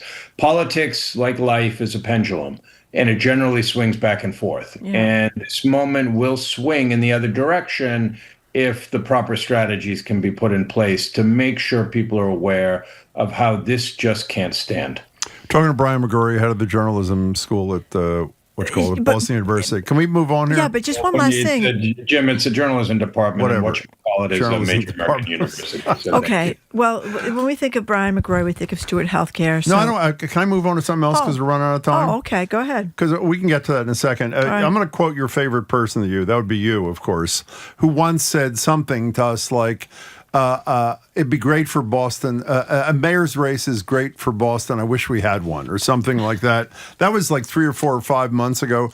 Do we have one with, what is it now, 2 months to go till the, whatever that thing is called, the runoff that narrows the field to 2? Do we have one, Brian? Well, first, Jim, I'd like to think I was a little more coherent than what you just said. But having listening to me, sorry for the dog in the background. Yeah. Having listened, I think we do have a mayor's race. I think we do have a very good mayor's race. I think we, not a very good one, but we do have a legitimate mayor's race. And I think it's actually making this mayor better at how she goes about her job. And I think Kraft is slowly finding his own, but it is too bad that he's not a more energetic candidate. Well, I don't know him well, but I have to say I don't find these incredibly negative ads to be who he is. And again, I'm acting like I'm his best friend. I probably met him 10 times in my life. Every conversation with him I've enjoyed, frankly. All of them have been limited, but I'm not sure that in Boston, maybe I could be proven to be dead wrong, that a campaign that simply attacks someone who is a fairly popular person in the city is a winning strategy. Do you think it is? No, I don't. And you just nailed it, Jim. He's got to be out there with a lot of energy, a lot of visibility, talking about what this city can be. I agree with He's going to be doing a lot more than just talking about what this mayor is doing wrong, and picking up on every single thing, every single decision she's making, and nitpicking it to death. Raising some valid points and also pushing forth a lot of points that aren't that great too. He's got to create a vision. People will follow a vision. They won't follow just criticism. Okay, now we can do Stewart. No, we should talk about this. What is it? Brian won a Pulitzer Prize down there. Well, I mean, the newspaper that he helped start did. Yeah, that's correct. The Baltimore Banner, an online newspaper. And congratulations to you and everybody there. They won a Pulitzer Prize for local reporting. Tell us about it. And tell us about your role for people who don't know what your connection to this operation is. Look, this is a news org called the Baltimore Banner. It was founded by a very wealthy individual in Maryland who wanted to prove that we could build a local news organization from the ground up in a city where the legacy news operation has been gutted by a chain or private equity company. So he committed $50 million to launching the Banner. He rang me up when I was still at the Globe and asked for some help. So I joined the board. Then I joined as an advisor. Now I'm shuttling back and forth every week. The editor of the Banner just left to go to the Washington Post to be the managing editor there. So I've been helping oversee the place for the last month and help them find a new editor. But look, this was like a storybook. It was a 2-year-old organization. We had a partnership with the New York Times. We revealed that Baltimore was by a huge factor the deadliest city in America for opioid fentanyl overdose deaths. It was brilliant reporting and photography, by Banner staffers, wonderful editing by the Banner and by the New York Times, and it won the Pulitzer for local news reporting this year, which was just a huge shot in the arm for the Banner. And as important, the Banner is doing really well in terms of bringing subscribers in. I think we will be self-sustainable within another year and a half. And we will prove that you can build a news organization from the ground up and have it thrive. And it's a totally online operation. Yeah, no print paper. And these smaller papers, we have one in Brookline. They're all over Massachusetts. Pop-up things, yeah. Online papers that are doing the work that the local papers don't do anymore because they're out of business. I want to get back to you, what you said right before Marjorie asked you a question. Using it, what did you say about being a model for? What would you say there? What we want to do is create a model for other cities to be able to launch online news organizations. So my question, and I hope you're right, and I hope it does happen, and this sounds like an incredible story, culminating at least so far in this Pulitzer thing. But the critical ingredient is a public-spirited, really wealthy person providing the seed money for it to achieve that status. Is that not true? Yes. Yeah, 100%. But these people exist in other places, including right here in Boston. I know John Henry, who bought the Boston Globe when it was facing some very tough times, absorbed a whole lot of losses, and the paper is thriving now. So last question. We always talk about coalitions. What's the name of the guy who funded the Banner, or you're the Banner? Stuart Bainham. Bainham. So do people like Bainham and Henry and others who have done those kinds of things think it's important for them to go out and try to convince similarly situated financially and public-spirited way people around the country to do similar things where there are news deserts? I don't look. That's an odd question. I don't know that he's actually running around the country recruiting people. Well, I do know he's not.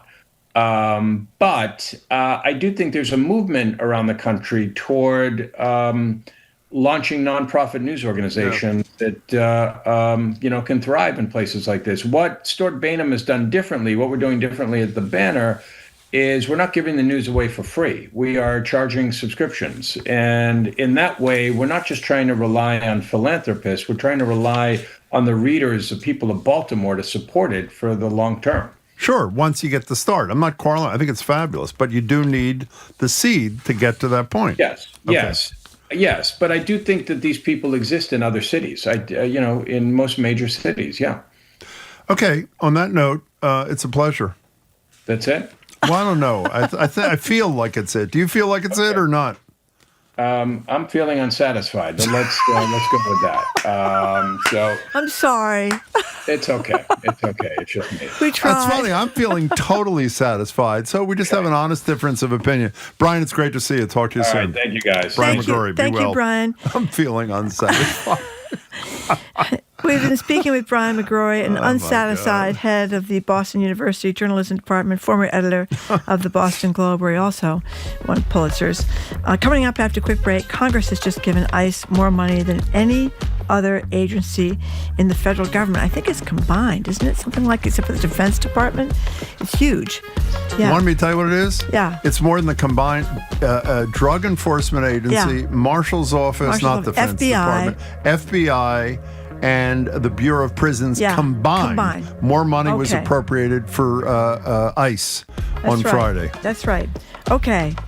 A lot of good news today. We're going to talk with Amherst College's Ilan Stavans about immigration, this situation with ICE and the money, the normalization of alligator Alcatraz, when the case could be made for just calling it what it is, an American concentration camp. I'm Marjorie Egan.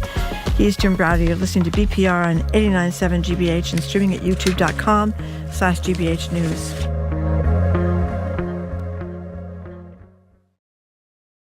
When Vice President Kamala Harris took over the Democratic ticket last summer, top Biden campaign staff remained in place. Now, a lot of Harris aides think that was actually a fundamental flaw because the people who were driving the process were not her people. A new book reveals the tensions between Harris and President Biden and how it led to the Democrats' failure in 2024. On the next All Things Considered from NPR News. Today at 4, here on GBH News 89.7. Our programs are made possible thanks to you. And Furniture Consignment Gallery, committed to the circular economy for over 30 years. Current inventory is available to view in their showrooms in Burlington, Natick, Hanover, and Plymouth. More at furnitureconsignment.com. And Boston Landmarks Orchestra, presenting a musical kickoff party on July 13th and the first summer concert on July 16th. Both free and open to the public at the DCR Hatch Shell. More at landmarksorchestra.org.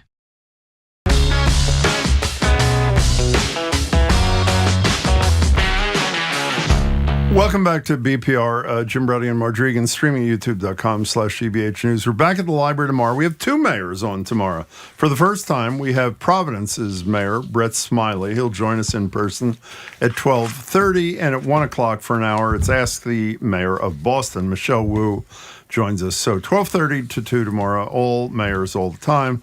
On Wednesday, it's Ask the AG. Andrea Joy Campbell joins us for an hour at the library, 11 and 12. Marjorie wanted me to say, because we have been a bearer of such ill tidings today, such bad news, and it's going to continue, sadly, with our next wonderful guest, that in the final hour, we're going to talk to Nick Quah, who is the podcast critic extraordinaire for Vulture. He writes for New York Magazine, too. And we're going to talk about the water park that Jamie took his kid to this weekend called Water Whiz. I didn't think that was really the name, but apparently, sadly, it is. At least it's descriptive. We'll be doing that in the 1 o'clock hour. But first, we're joined on Zoom by Ilan Stavans. He's a professor of humanities in Latin American and Latino culture at Amherst College. His latest book is Lamentations of Nezahualcóyotl, Nahuatl. Hello? I can hear the pronunciation that you're saying. Nezahualcóyotl, you're getting better. I am getting better. Give me time. They're poems. He's also, by the way, it is fabulous. He's also the publisher of Restless Books, an independent non-profit publisher. Ilan Stavans, great to see you as always. Such a pleasure, as always. Well, I told Jim to alert people about the podcast and Water Whiz because we're going to start by talking with you about something that is just so horrible. It's horrible, and I hate to keep depressing people, but alligator Alcatraz down the Everglades, this is a place where the president and the Department of Homeland Security want to bring people that they're going to deport from the country. What do you think, Ilan? What I think is that we are reaching the very bottom of the approach to the cleaning, or maybe we should use the right word, the cleansing that the Trump administration is exercising on this culture and nation of ours. This is a site in Florida where people are isolated, are disconnected with the rest, and are subjected to inhumane conditions. Now, using the term concentration camp is rather extreme, seems to me. It is an atrocious sight. The term concentration camp in people's minds is connected with maybe the Gulag and what the Soviets did during the 60s and 70s, Solzhenitsyn and others, but mostly with the Nazi extermination of Jews in various parts of Eastern Europe. We are not there. We are unlikely to be there. The term concentration camp is extreme. Maybe we can find a little better description of it. What it is, no doubt, is a detention camp that is beyond what we as a civil society should allow our government to exercise. You know, Ilan Stavans, every time you're with us, you pick a word that ends up being the theme of the discussion. And I know the word you came up with was name, and I'm guessing, I don't know this for a fact, is that have something to do with this thing being called Alligator Alcatraz? Is that part? Well, explain what you meant. Yeah, well, let me first, Jim, start by defining the word name. It's a word that we use all the time, and it is the term that we apply to a person or a thing to make it unique and distinguish it, make it distinct from others.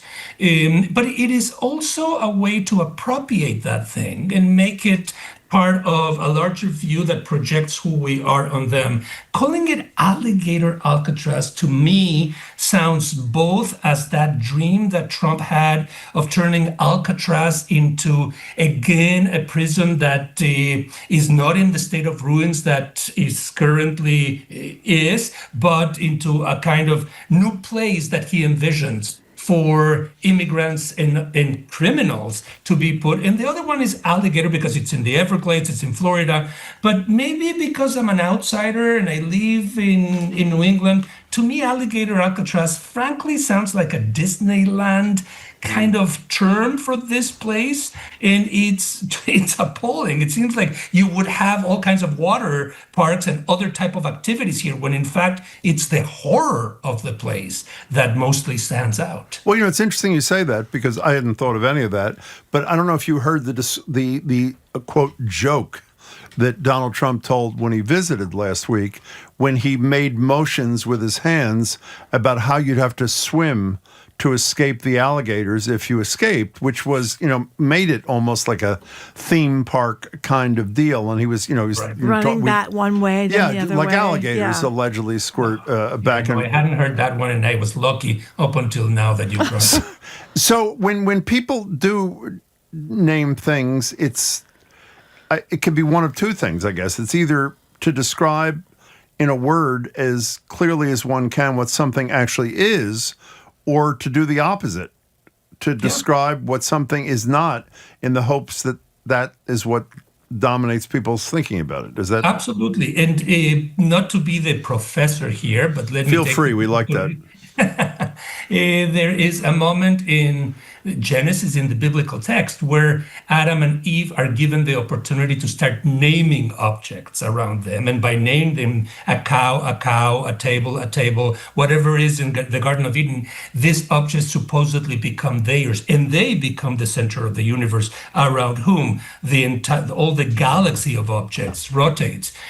Trump, using the word genius for Trump is absolutely out of place, but he has an incredible talent, and that is the talent of appropriating objects and naming them according to his vision of what they should be. The Gulf of Mexico, or calling Hillary, or Biden, whatever term. He uses names to turn things upside down and use it, and he uses it for his advantage. And I think that the way he employs these terms like alligator, Alcatraz, and makes a little joke about it is intended to defer the impact of what the place is all about and make it maybe more palatable. He's the name Trump is all over his properties, and that is a way to say how big he is. He wants to have his face in Rush, the big monument. So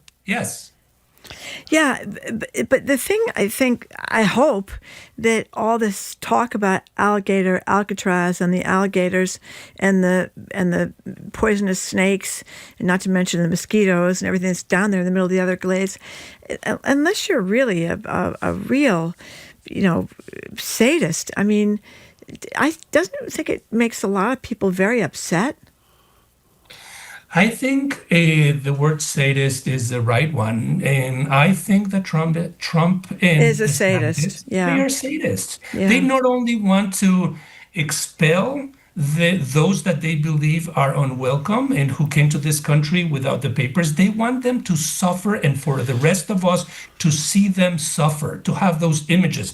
The image to me that comes to mind in alligator Alcatraz, with all the mosquitoes and all those aspects, is much more the landscape of prisons in Honduras, where people are treated as if they were beasts rather than humans. And the fact that they keep on sending people there and that we keep on seeing those images is a form of sadism without a doubt in my mind. It's very interesting you said that. We had a wonderful call last week whose caller said almost the exact same thing. We were talking about why people, with very few exceptions, I shouldn't say very few, why so many people seem not to care about fellow human beings who've done nothing wrong except try to escape violence or provide for their family. It's fine to treat them the way that we are treating so many. And the caller you just said matter-of-factly, or maybe it was the texter, I'm sorry, I don't remember, because we consider them to be less than human, which is exactly what, and that is what, you don't want to use the word genius, I'll use the word brilliant. The brilliance of Donald Trump is they're all rapists now, they're all murderers, they're all out to do something horrible to us, and they're less than human. And so you say to yourself... But I don't think that works. I hope that doesn't work with the majority of Americans. I really don't. Why would it not? Because I think when you see, well, back in the civil rights era, when you saw pictures of dogs and hoses going after women and children and African Americans, it turned the country on. Was Donald Trump the president? No, he wasn't the president. But I think when you hear, if they go through, and we're going to talk about this ICE budget now that we're spending astronomical amounts of money, I don't think that there are enough sadists in America. I hope I'm wrong. I mean, I hope I'm right, that when they see pictures of people being brutalized on the street, particularly women and children, or even men, when they saw the guy, the father of the Marine in California, the three Marines. This is the guy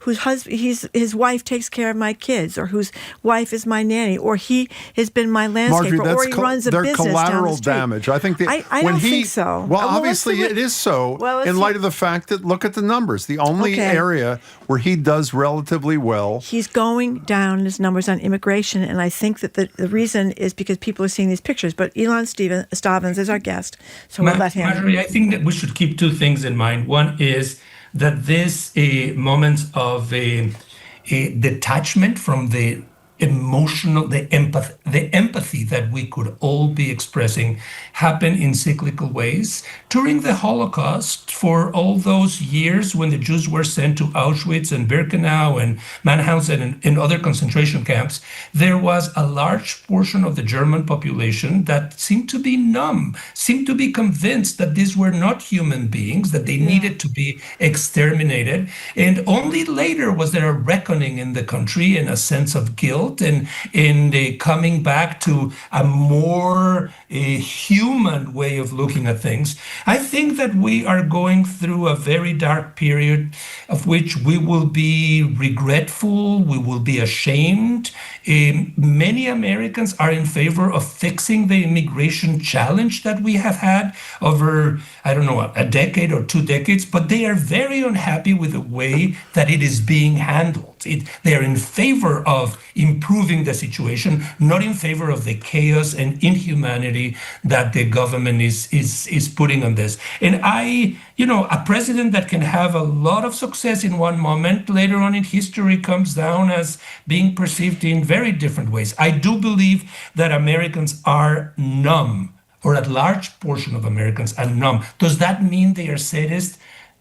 I'm not sure. That means that they are not fully exercising, we are not fully exercising our rational capabilities. Well, let's talk about rational capabilities for a minute. Marjorie teased this before.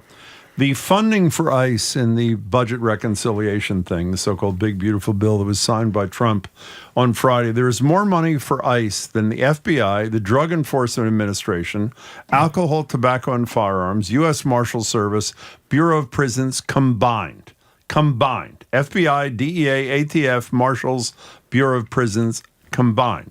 Now, that amount of money is going to be spent, those tens of billions of dollars, at the same time, come next year, that basic health care is being denied to the American people. So let's use your rational, that's my word of the month, Ilan Stavans. And my word in this case, Jim, is that bill is called beautiful, that the president and the Republicans are describing this as beauty, taking it away from education and health and putting it into the 11 million undocumented Americans that they want to get rid of. It doesn't make any sense. Will people ever make that connection in your estimation when they become less numb than they are now? Will they forget tax breaks for billionaires, which is the theme of the moment, which is accurate, but how about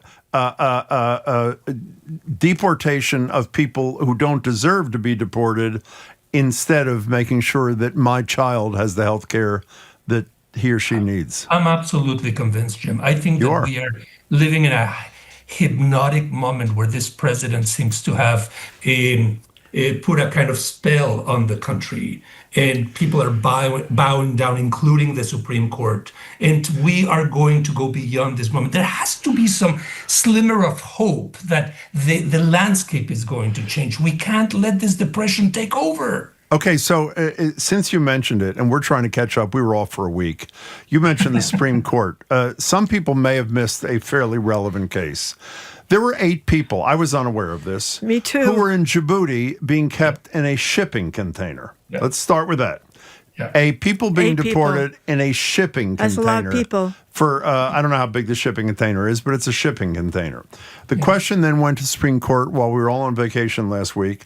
Can those people in the shipping container be sent to South Sudan, to which they have no connection, which is bordering on a civil war there? I think one of them does. And it's a new nation. And not only did the Supreme Court of the United States say yes, we all naively assumed that the vote was 5-4 or 6-3. In fact, it was 7-2, with the former dean of Harvard Law School, Elena Kagan, joining the 6, let's call them kindly, conservatives, to say we can send these 8 containerized people to South Sudan. How will that be seen in history? And among those, Jim, there were people from Mexico and Cuba and Laos and Vietnam and Myanmar who have nothing to do with South Sudan. This rearrangement of immigrants in the United States to other parts of the country seems to have little regard of origins. They are not being sent to the place they came from. Which is they what are we being thought. sent to whatever they can in containers, as if they were potatoes or if they were some kind of a mechanical instrument. I had a lot of respect for the Supreme Court. The Supreme Court has been giving Trump more and more leeway, surrendering to his dictatorial approach. And it seems to be based on the recent discussions of Justice Ketanji Brown and Connie Barrett that there's tension within the Supreme Court. Good for Jackson. Good for Jackson to sticking it. Good for Jackson, absolutely. And good for Sotomayor and I don't know, Kagan. Come on. You have to wake up to what is happening. Those 3 at least are the leaders that can give us a sense of grounding. Yeah, if people don't know, Jackson and Coney Barrett are in a back and forth where Jackson is calling what Coney Barrett has done outrageous and beyond the law, and Barrett is fighting back and saying, no, it's not. I mean, that's a gross simplification, but that's sort of it. But it summarizes. Before you go, let me make a recommendation. I don't even know if you've seen it, Ilan Stavans. The Globe has done a series. They followed the immigration thing in real people's lives for 7 days. You're nodding, so I assume you saw it too. I want to recommend that people read it because it makes it much more real than when you hear, Stephen Miller, we're going to raise the number from 600 a day to 3,000.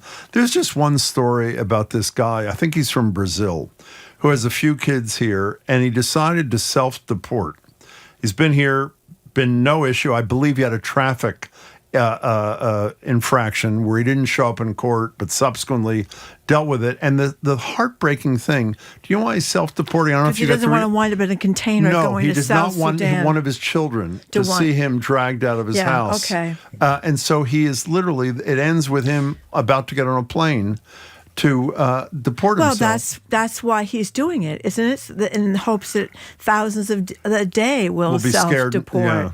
It's a beautiful piece of journalism. It is. It's not synthetic. It's expansive. It allows us to see what's going on in the minds and hearts of those that are wondering what the relationship with the country and what the relationship with the family should be. And as in a novel or a memoir, you can really trace the path that they have. There's a beautiful moment in which he talks to his kids just before he leaves the house and then tells them he's going to call them. This is what journalism should be. This is humanizing the immigrants and not only putting numbers, how many are being sent here or there. And I absolutely agree with you. I applaud the Globe for such an effort.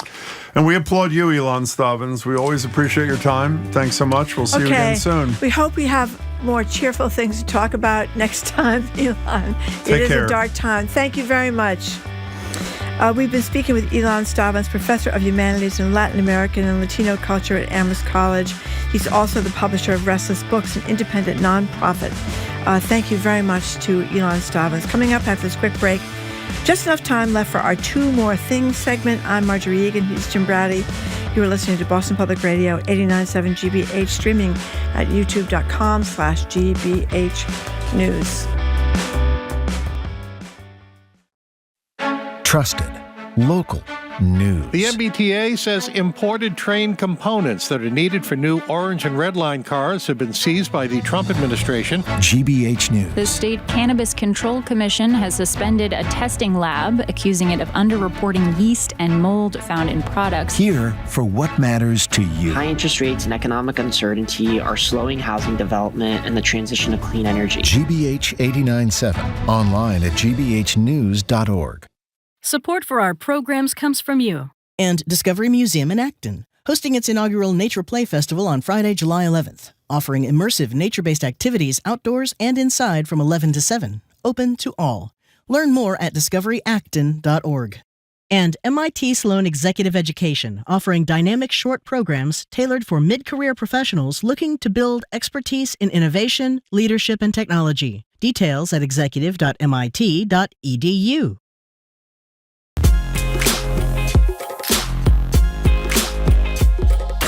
Welcome back to BPR. Jim Browdy and Marjorie Egan, streaming at youtube.com/GBH News. We're at the library tomorrow with two mayors. Boston's Michelle Wu from 1 to 2, and Providence's Brett Smiley at 12:30, and Wednesday from 11 to noon, the Attorney General joins us. By the way, we want to announce in exactly 5 minutes the depressing portion of today's program will be over. But first, it's time for two more things where we depress you a little bit more.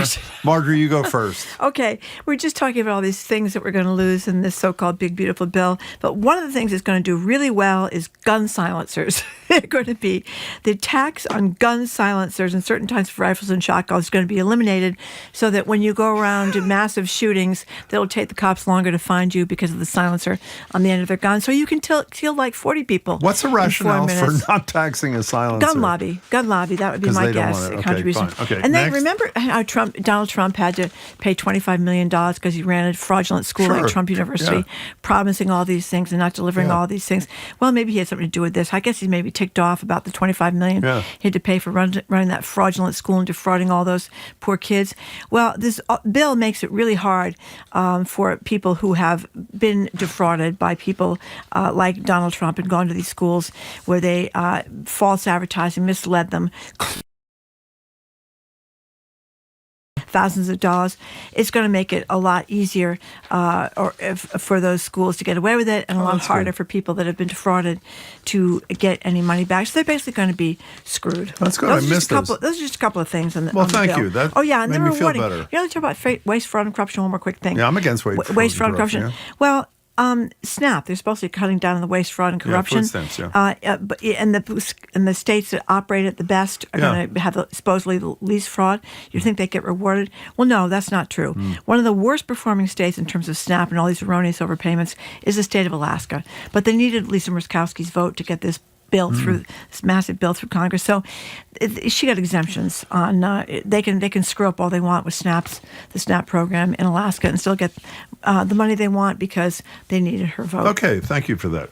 Now, Joey Chestnut is back, Marjorie, after being barred from the July 4th Nathan's hot dog eating contest last year because he signed a contract with some plant hot dog.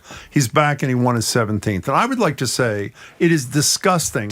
On 3 levels. Okay. 1, the first disgusting thing is we all know his name. Do you know the name of your state senator or rep? My point exactly. Number 2, it's disgusting because the media played this like it was peace in the Middle East. He was on the front page of virtually every paper or website in America. And you know what the third most important reason is to why it's disgusting? Hot dogs he ate? Because it is disgusting. That's why it's disgusting. He ate 70.5 hot dogs in 10 minutes. That was less than his record of 76. And to prove how disgusting this whole thing is, here's a little quiz. I know you hate quizzes.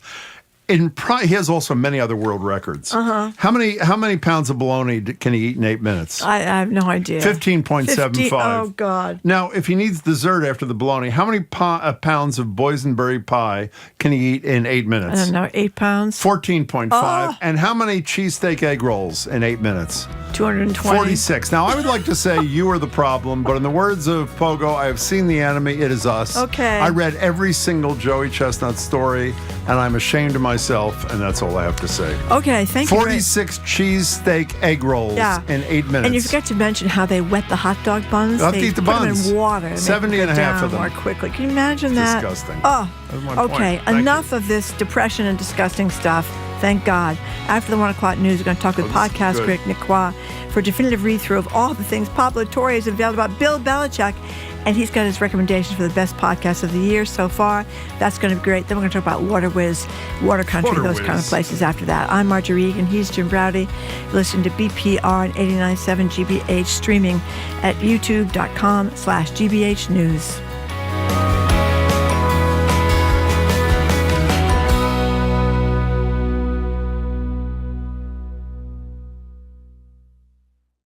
It's because of listener support that we're able to bring you trusted news from NPR. Your gift can also be doubled thanks to our Matching Gifts program.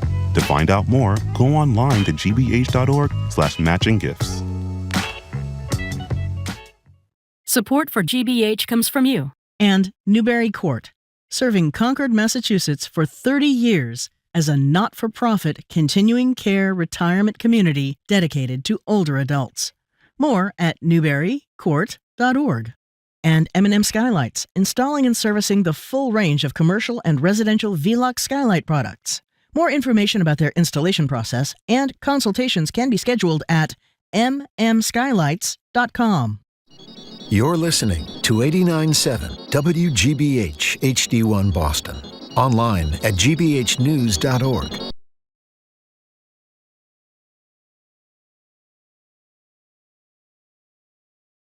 I'm Jim Browdy, head of 3 of BPR. We talk with Vulture podcast critic Nick Quah about the best podcast to download for that summer road trip you're planning.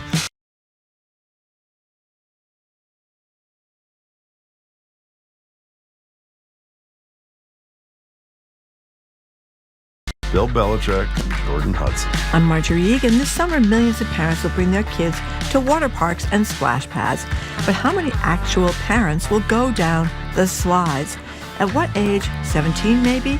Is that the age you age out of summer fun like water slides? Is there anything redeemable about those smelly, chlorine-coked water parks? And really, can you imagine Jim slipping and splashing down a water slide? Call or text next on the third hour of BPR, 89.7 GBH.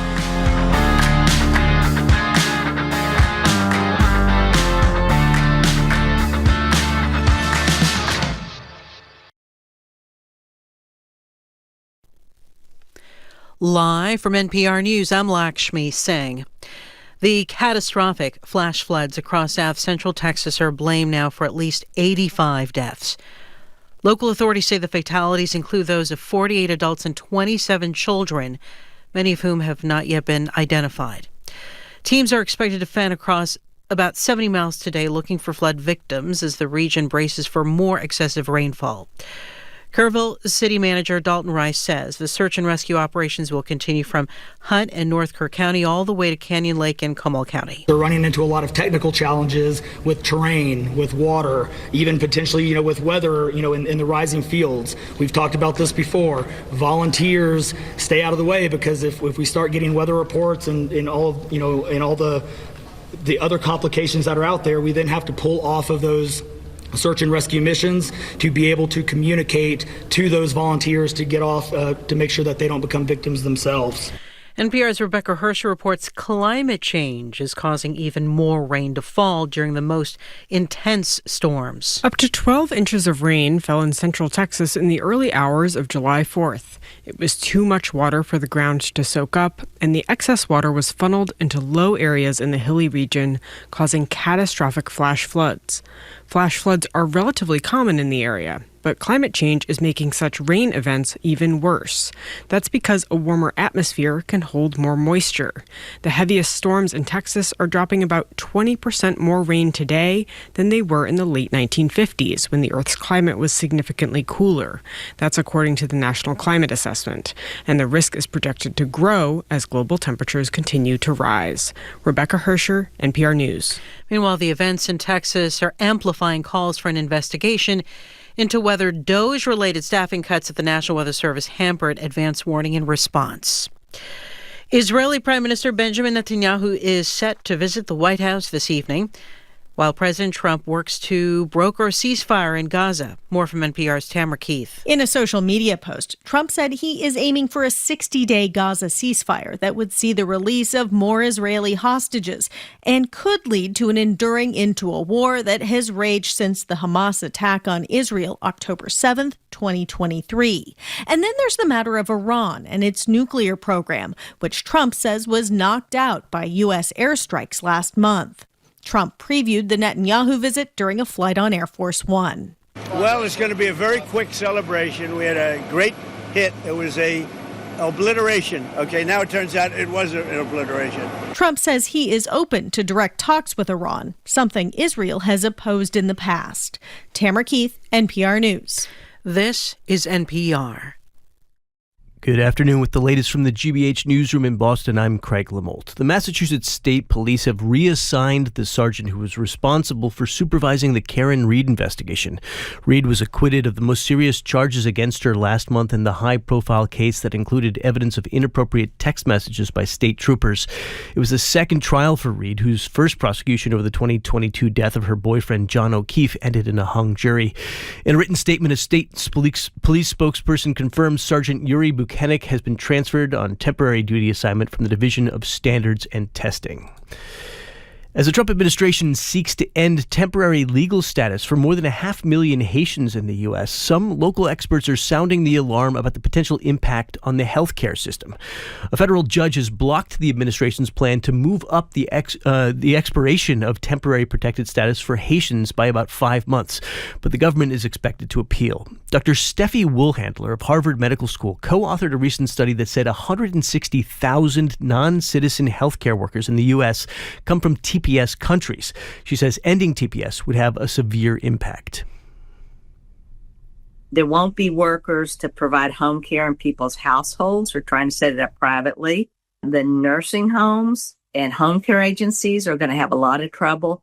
You're very quickly going to see bottlenecks created that can really grind the whole system to a halt. A Homeland Security spokesperson says that its predecessors treated TPS like a de facto asylum program. Partly sunny and hot today, a high near 90. This is GBH News. Support for NPR comes from NPR stations. Other contributors include Progressive Insurance, working to help protect small businesses and the owners that run them, offering customizable coverages to salons, accounting firms, tradespeople, and more. Learn more at progressivecommercial.com.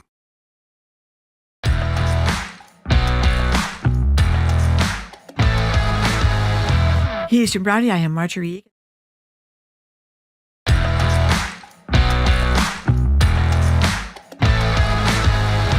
Here's Jim Browdy. I am Marjorie Egan. This is hour number 3 of Boston Public Radio. We are streaming at youtube.com/GBH News.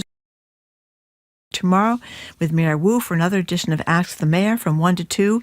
After that, the Mayor of Providence, Rhode Island, Brett Smiley. He's going to be, actually before that, he's at 12:30. And on Wednesday from 11 to noon, it is Ask the Attorney General, also at the Boston Public All about Library. podcasts. Hello again, Jim. Hey there, Marjorie. So we're joined now via Zoom by Nick Quah. Nick is the definitive podcast critic. He writes about culture for Vulture and New York Magazine. His column, all about podcasts and what you should be listening to. And speaking of mayors, what Zoran Mamdani is listening to is 1.5 times speed. Nick, it's great to see you. Welcome back.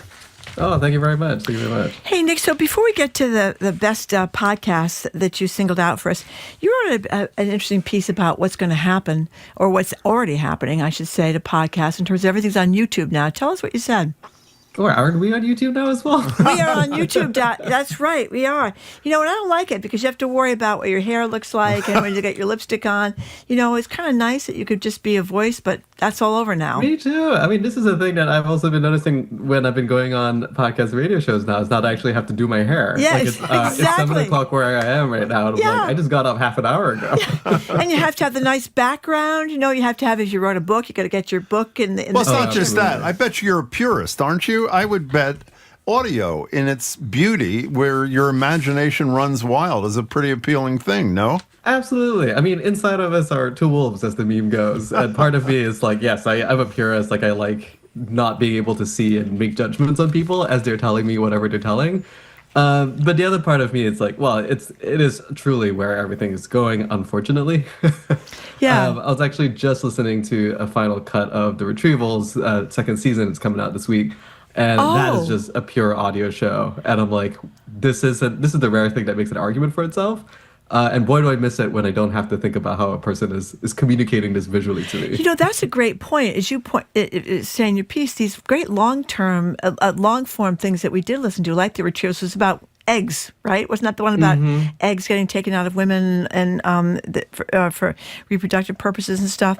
Yeah, it's real. And also, I feel bad for a lot of women because the same thing in the radio and the music industry. You could be not the most gorgeous woman and be a big star, 34 years ago when I was a kid. Now, if you're not a good-looking woman, man. I don't agree with that at all. Oh, yeah? I don't. Who's the horrible-looking woman that's a big star? I'm not going to say who's a horrible-looking woman. It's much and harder. Horrible is, I don't think, the word that's appropriate. It's much harder for women in this business when they're not good looking. Okay, so speaking of visuals, I have to kind of tell a lie. I occasionally watched Jerry Springer in the old days, long before podcasts. Here's the host of the podcast, Final Thoughts, Jerry Springer, laying some groundwork for a season all about the infamous talk show host. The Jerry Springer Show wasn't just a television show. It was an international phenomenon that, to many, represented nothing less than the decline of Western civilization. It was the first talk show in over a decade to beat Oprah in the ratings. And its reputation as one of the trashiest, ugliest, most depraved shows in the history of TV was uncontested. Tell us about this bizarre relationship you have. Well, I'm pregnant by my brother. Yeah, I assume when I played that everybody knew who he was. I'm guessing there are a lot of people in this audience who never heard of the former mayor of Cincinnati, come TV talk shows. Tell us a little bit about Jerry Springer and the podcast there, Nick. Absolutely. It's interesting. I would imagine that the segments of folks who have not heard of Springer either fall in one of two camps. They're either under the age of 25, I think, maybe at this point, or there are folks who kind of always existed in, a quote-unquote higher taste, upper class sphere of television media consumption. Jerry Springer was a daytime talk show host who kind of revolutionized, I suppose you could call it quote-unquote trash TV.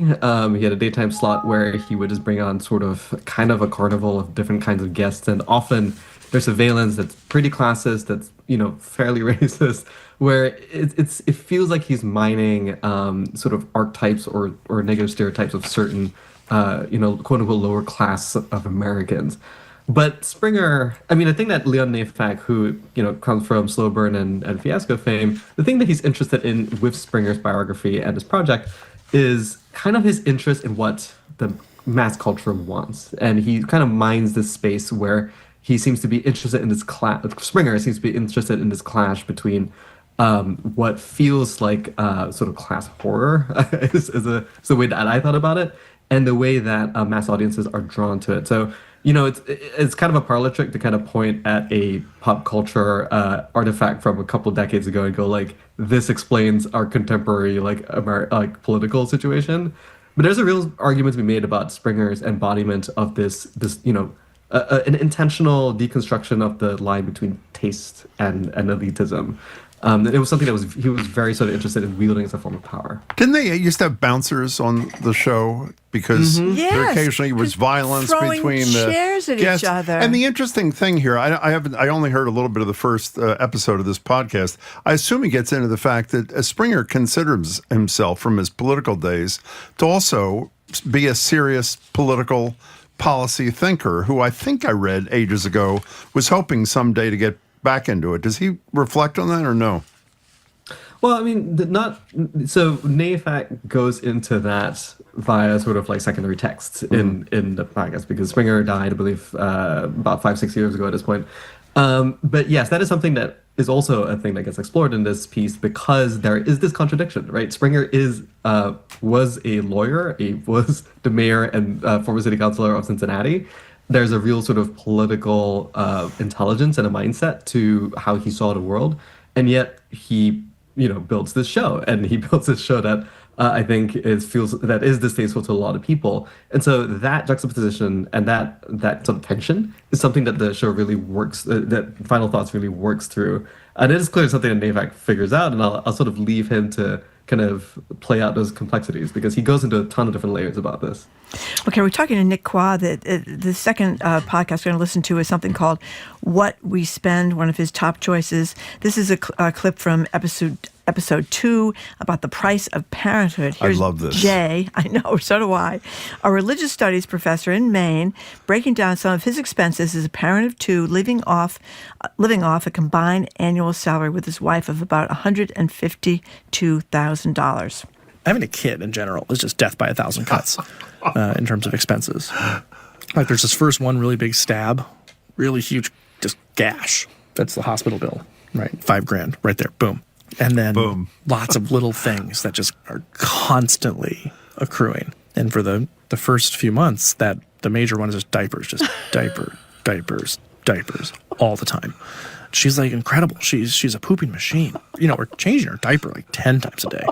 And, each diaper is like 45 cents or something. So that kind of adds up over the course of a month, There's no better soundbite than that. Is that like perfect? This guy is great. God. But tell us the bigger context. What is What We Spend? Yeah, that guy's a great talker. So What We Spend, man, I remember first seeing the title of this podcast and going like, is this going to be one of those, the audio version of those articles that you see online where it's like, it's talking about personal finance, it's going to be a bit dry. But what We Spend does is it kind of makes or works with ordinary people to develop audio diaries about literally what they spend over the course of the week. Each episode has a different focus. In this episode, the focus is parenthood.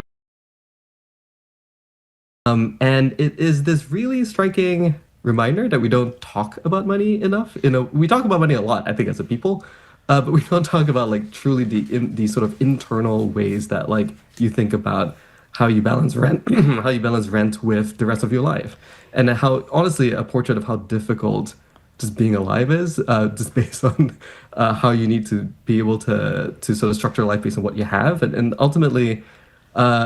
I found this like a really powerful show that makes me realize that I really don't know what I'm doing with with money. I'm not an adult yet, and we're all just people who are trying and struggling to be adults and figuring stuff out. It's a real remarkable, powerful sort of artifact of transparency here, and I think more people really should listen to this. You know why it's so great? Maybe you touch on this, but it's like Margie and I, and people who follow policy and things, often talk in billions and millions, which mean nothing. 12 million people are being cut off Medicaid, according to experts, by 2030 under this budget reconciliation thing that Trump signed on July 4th. This makes it so much more real and compelling. Intellectually, you may have known it, but it's great, simple and totally great. And you read stories from time to time about people getting caught shoplifting, and what are they shoplifting? They're shoplifting diapers. Mm-hmm. It just underscores and infant formula. That people can't afford diapers and infant formula, which is pretty desperate. We're talking to Nick Quah. These are, by the way, 5 Nick's best of 2025 so far. Before we get to the third one on the list, Nick, do you find, we ask this of artists who come on the show, performers and those sort of things, symphony performers, rock and roll, rappers, whatever. Do people listen to different things in your estimation because of the quality of the times? It doesn't get much worse than the world right now to Marjorie and me. And I'm assuming we would watch and listen to different things than we did in normal times. Do you detect that or no in people's listening habits? I'm not quite sure about podcasts just yet. Largely because it's like an expansive, infinite pool of shows that's available. But I do get the sense that a lot of I think it's a common observation that audiences tend to run to something more comforting during times of crisis, or something that kind of gives a sort of context for whatever the anxiety that they're feeling is. So like in the post 9/11 era, there was a lot of Michael Bay movies that are super violent and patriotic, and that gives an emotional context for people to plug into. I have not quite seen a discernible swing that is beyond what we're already seeing, which is the swing towards personality-driven programming and podcasting, right? A lot of, Dax Shepard is basically an icon to a lot of people, the smart list people. Like, the power of celebrity seems to be getting stronger and stronger in this particular moment where it's high anxiety. And I really do feel that is, a mark of seeking comfort, and B, that maybe the anxiety is not particularly different before and after these past couple of months. So I wonder if it's like, if we're not seeing a huge change just yet, because it's just deepening what's already been there. Talking to Nick Quah. Okay, so we've talked once or twice about Bill Belichick and his 24-year-old girlfriend. Once or twice. Here in Boston Public Radio, BPR. But we have Pablo Torre has broken a lot of new ground here. He's a journalist and a podcaster, and here's some sound from his investigation into the ring cam footage of Bill Belichick shirtless at an Airbnb. And this leads him to a particular Airbnb. Here it is. At this point, I decided to take a trip. You went to the town. Shut up, Pablo. You've been to this house? Pablo. If you show me a ring cam video with you... Pablo, No! what the fuck? Pablo, what the fuck? This is crazy. Pablo, what the fuck? This is crazy. By the way, for those who don't know what's happening, I assume most people have seen the video of somebody who looks a lot like Belichick. Who is Belichick? It is Belichick. Walking around shirtless, like Walks out early of in the morning, yeah. out of a whatever. Disheveled. And he finds it. The walk of shame, we're supposed to call it, Jim. You should tell us about Pablo Torre finds out. But the interesting thing for a lot of people, because many only know him because of the Belichick thing, and those many people don't realize he's a serious, talented he's a journalist. serious guy. Yeah. It's funny because I love the fact that we're leading to this, because my entire recommendation is that Pablo Torre is a very serious journalist. I know, exactly. I'm paying a lot of attention to right now. So Torre was an ESPN broadcaster and was a magazine writer for ESPN for a long time. He's a very gifted reporter and writer and thinker about sports culture. And Torre, he's now trying to build this podcast company, essentially a podcast operation. It's built around his show called Pablo Torre Finds Out. And he mixes things up. He kind of is building a bit of a variety show. On the one hand, there are lighter-hearted fare, like digging into, like actually spending investigative resources to fly out to this Airbnb to dig up this ring camera. It's pretty obvious Nick Quah loved that as much as we did, even though he doesn't I'm a huge fan of the spectacle personally, and I'm not a big Bill Belichick guy. But Torre also mixes things up in his show. He recently got a Peabody nomination for an episode he did last year about, essentially, he was curious about this phenomena of a lot of people's on death rows, their last words is like, go whatever their team is. And he sort of followed his curiosity about this to explore sports fandom on death row. That's incredible. And it's this kind of stories of humanity that he's really drawn to. He also, I believe, had the first interview with Ezra Edelman, the documentarian who was working on this long gestating Prince documentary before the Prince estate and Netflix kind of put the kibosh on it. And he's building a really fascinating operation. It's not super huge right now. It's not super prominent outside of these moments where he really breaks through the culture and pisses a lot of people off. But there's something really wonderful at what he's building. I think people should pay a lot of attention to it. By the way, I know we want to get into this, but let's do it for 10 seconds. Bill Simmons' criticism of him, I thought was totally inappropriate. And it was almost like one, jealousy, and two, protection of his boy, Bill Belichick. I mean, it was serious journalism on a thing that is on the front page of the New York Times. So I would argue it's sort of journalism, don't you think? Oh, absolutely. I mean, it is, and I'm going to say this broadly, it is news in the public interest. It is news of public that the public is interested in. Exactly. Okay. Yeah, that was a really weird spat. I got to say so myself, too. Okay, so let's talk about something. I didn't even know shortwave radio existed except with truckers, to be perfectly honest. I have no idea. So I learned a lot. Here's Divided Dials host Katie Thornton explaining how shortwave radio, where radio is part of the WNYC thing, and ricochet off the ionosphere. I have no idea what and I should say, I heard this on our station, GBH on the media, 10 o'clock on It was Saturday the world. mornings. It's part of the WNYC thing, right? Yeah, exactly. It came to first be discovered meaning shortwave in the 20s and 30s. Here's Thornton. After dark, it was like the world cracked open, and distant stations faded in and out on ghostly, mysterious winds. Most people had never heard a faraway voice, period. Long-distance telephone calls were the costly domain of dignitaries and government officials, and even those were fed across long, scratchy copper lines. A disembodied voice, without a wire, without a fee, from hundreds of miles away, that awed and baffled people. Even scientists, some of whom believed that radio, perhaps, could be used to communicate with the dead. So, Nick, that's the shortwave that I knew about, not in that level of detail. I had no idea about the current iteration of shortwave, which she explores. Mm-hmm. Yeah. So, Kathy Thornton, who's the reporter on this story. So, this is the Divided Dial. It's, I believe you could call it kind of a spin-off of On the Media, the long-running, wonderful show at WNYC. And both seasons, this is the second, is interested in the relationship between the radio as a technology and like the political impact and sort of the political organization around it. The first season looked at the rise of right-wing talk radio, a subject that has been sort of explored many times over. But what she does is quite literally look at the policy and the technology relationship of it. And here she kind of puts she shifts her attention to shortwave radio as kind of a prelude to the internet. She explores, I think, the way that this particularly somewhat secret and somewhat hard to access, broadcast arena was used as a tool of war. During the Cold War, the United States used it as a way to get propaganda out, to get anti-communist propaganda out. And in the past couple of decades, it was largely abandoned from that purpose, and it leaves open this blank open space.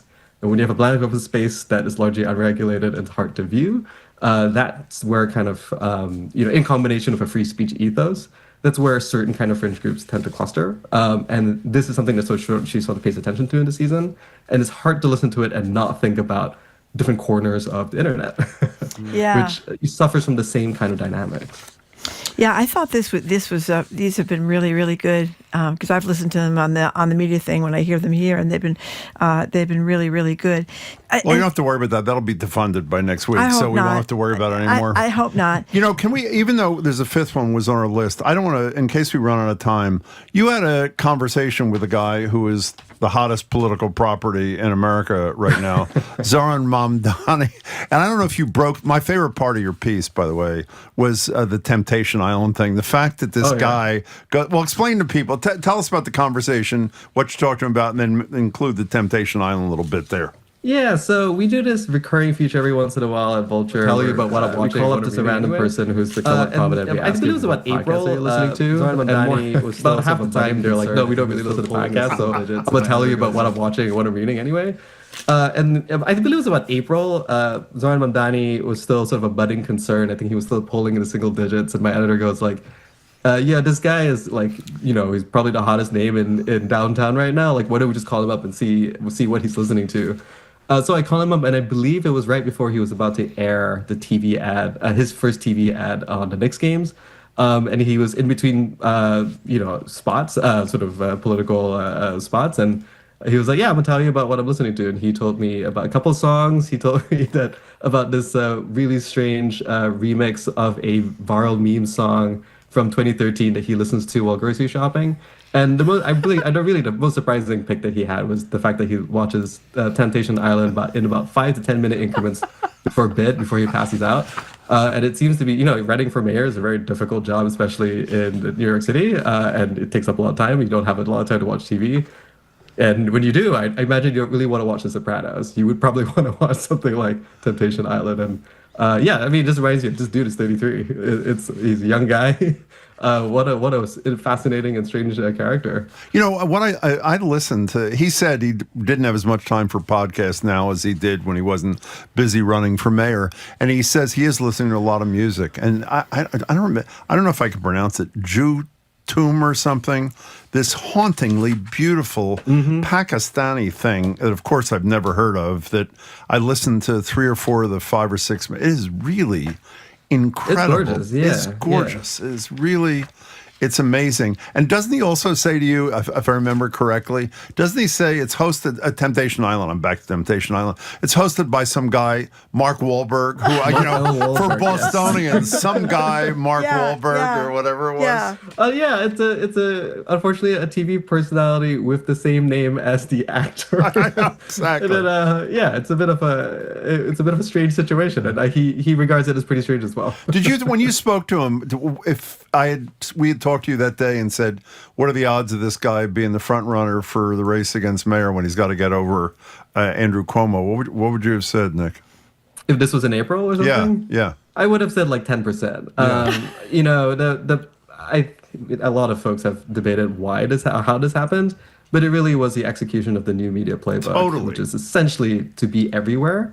To be everywhere, to play on so many different shows as terms. He was literally the complete inverse of Cuomo's media strategy. Yeah. Well, can I talk about new media just briefly, if we can? I was watching, I told Marjorie this shrink was on TikTok doing, a friend of ours sent it to me, about the cult-like appeal of Donald Trump and why people never leave him. And I'm not suggesting Mamdani's supporters are cult-like, but he, on the other side of the political spectrum, has brilliantly connected with real people, exactly like Donald Trump has brilliantly connected with real people in a totally different sort of way. But he's so human and so 100%. I'm still thinking through this, and obviously this is like maybe the biggest question, the biggest political communication question of our times. But I do believe it's a combination of how cultishness is one way to phrase it, but it's the celebrityfication of just about everything in public life today. Like, you can't really function as a presence if you do not style yourself in the same way that celebrities used to style themselves. But it's a matter of visual language as well. I think Mamdani's style when he does these videos, when he does these media spots, is very tailored to the contemporary platforms, whereas Trump is tailored to television. I think there's a way in which Trump melds very well with the mediums that he knows. Yeah. We didn't get to Odd Lots, which is a good podcast too, but I was thinking when you're talking about Mamdani, one of those episodes of Odd Lots is talking about the Generation Z and the sense that nobody's going to rescue them and their real frustration of coming out of college now. Computer programming, well, that's going to the AI, that's going to the robots, and all their frustration with the American dream having disappeared somewhere between freshman year and senior year. I thought that, and I think he tapped into that, I think, a lot too, right? Absolutely. Yeah. I mean, just a lot of discontent from every direction. There's a lot of discontent. That is we true. have a little bit of that too. Hey, Nick Quah, it's great to see you as always. Read them, watch them, all that sort of stuff. Nick, it's great to see you. Always a pleasure. Thank you, care. And thank you for your great stuff. I love I love reading you in Vulture, and I love hearing you talk about podcasts. Thank you. We've been speaking with Nick Quah. Nick is the definitive podcast critic, writes about culture for Vulture and New York Magazine, which is a great magazine if you haven't checked it out. His column, all about podcasts, and what you should be listening to is 1.5x speed. Nick, thanks. That's how Jim listens to everything on 1.5x speed. Up next, after this quick break, the sun is blazing and the summer is hot. We're going to open the lines about the very cool spots you can take advantage of. Jamie, one of our producers, just took advantage of Water Whiz, that's down in the Cape, and Water Country, that's up in New Hampshire, or your local community splash pad, and the chaos that ensues when all creatures, big and small, gathering at the watering hole. He's Jim Browdy. I'm Marjorie Egan. You're listening to BPR on 89.7 GBH, streaming at youtube.com/GBH News.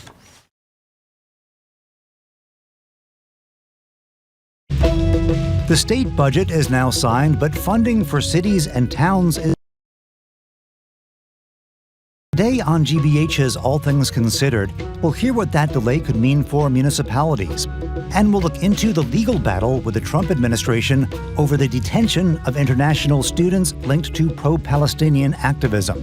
That's all starting at 4 on GBH 89.7. Our programs are made possible thanks to you. And Direct Tire and Auto Service, offering a full range of services including brakes, shocks, diagnostics, and oil changes.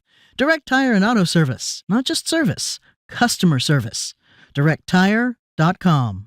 And Newport Mansions, presenting the 20th Annual Newport Mansions Wine and Food Festival, September 19th to the 21st at Rosecliff. Seminars, tastings, and a dinner experience with Chef Marcus Samuelson. Tickets at newportmansions.org.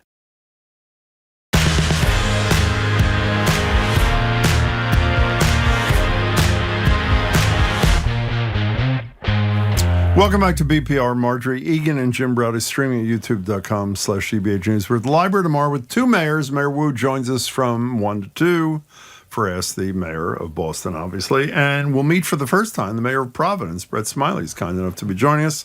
He'll be in studio at the library. He's the Mayor of Providence. He'll be there at 12:30. And on Wednesday, it's Ask the AG from 11 to 12 with Andrea Campbell. But right now, it is water park season, undeniably, for most people. Temperatures in the 90s, oppressive humidity. A certain midday news anchor would call it hot, hazy, and Henry. Regardless, it is summer in Boston. So we're opening the phone and text lines as you try to keep your family cool. From Water Whiz, which I didn't even know was a real place till Marjorie and Jamie told me, to Water Country, which I did. Canobie Lake Park has its own water. Canopy. Canopy. You know, what's that thing called? The Lazy River thing? Whatever Lazy it's called. River. Yeah. And all the community watering holes in between splash pads and state-run ponds alike. So here are the questions, I think. If you're the parent of young kids, do you engage in all the water park activities with them? If you don't, should you? Are you going down the Geronimo too? I have no idea what that is. That's either. a big Where's one that? at Water Country. That is, okay. Huge. Or are you staying high and dry, or maybe high and something else on the sidelines while your kid gets to whiz in the water? 877-301-8970. While we're at it, let's just do the whole thing. How about the prices? Our lead, Jamie, took his kid to a water park, that Water Whiz thing. Water Whiz. This weekend. And listen to this. The pizza meal combo, which the combo is 4 cheap drinks. So yeah. You know how much a pizza costs? $75. Yeah. And there's a special deal this weekend, I guess, because July 4th is only $49. So, and if the water park, I'm probably confusing people, is just, too much these days, you're navigating the community oasis, the city-run splash pad or the swimming pool. Essentially, this is water park things and you. Yes. 877-301-8970. Okay, so we're going to begin here. We're going to get in the mood. We are? We're going to play the jingle that you've heard a million times from Water Country. I know the that. catchiest jingle ever. It is. For Portsmouth, New Hampshire's Water Country. Here it is. When the sun is blazing and the summer gets hot, Water Country's a very cool spot. There's no better place to feel and be young.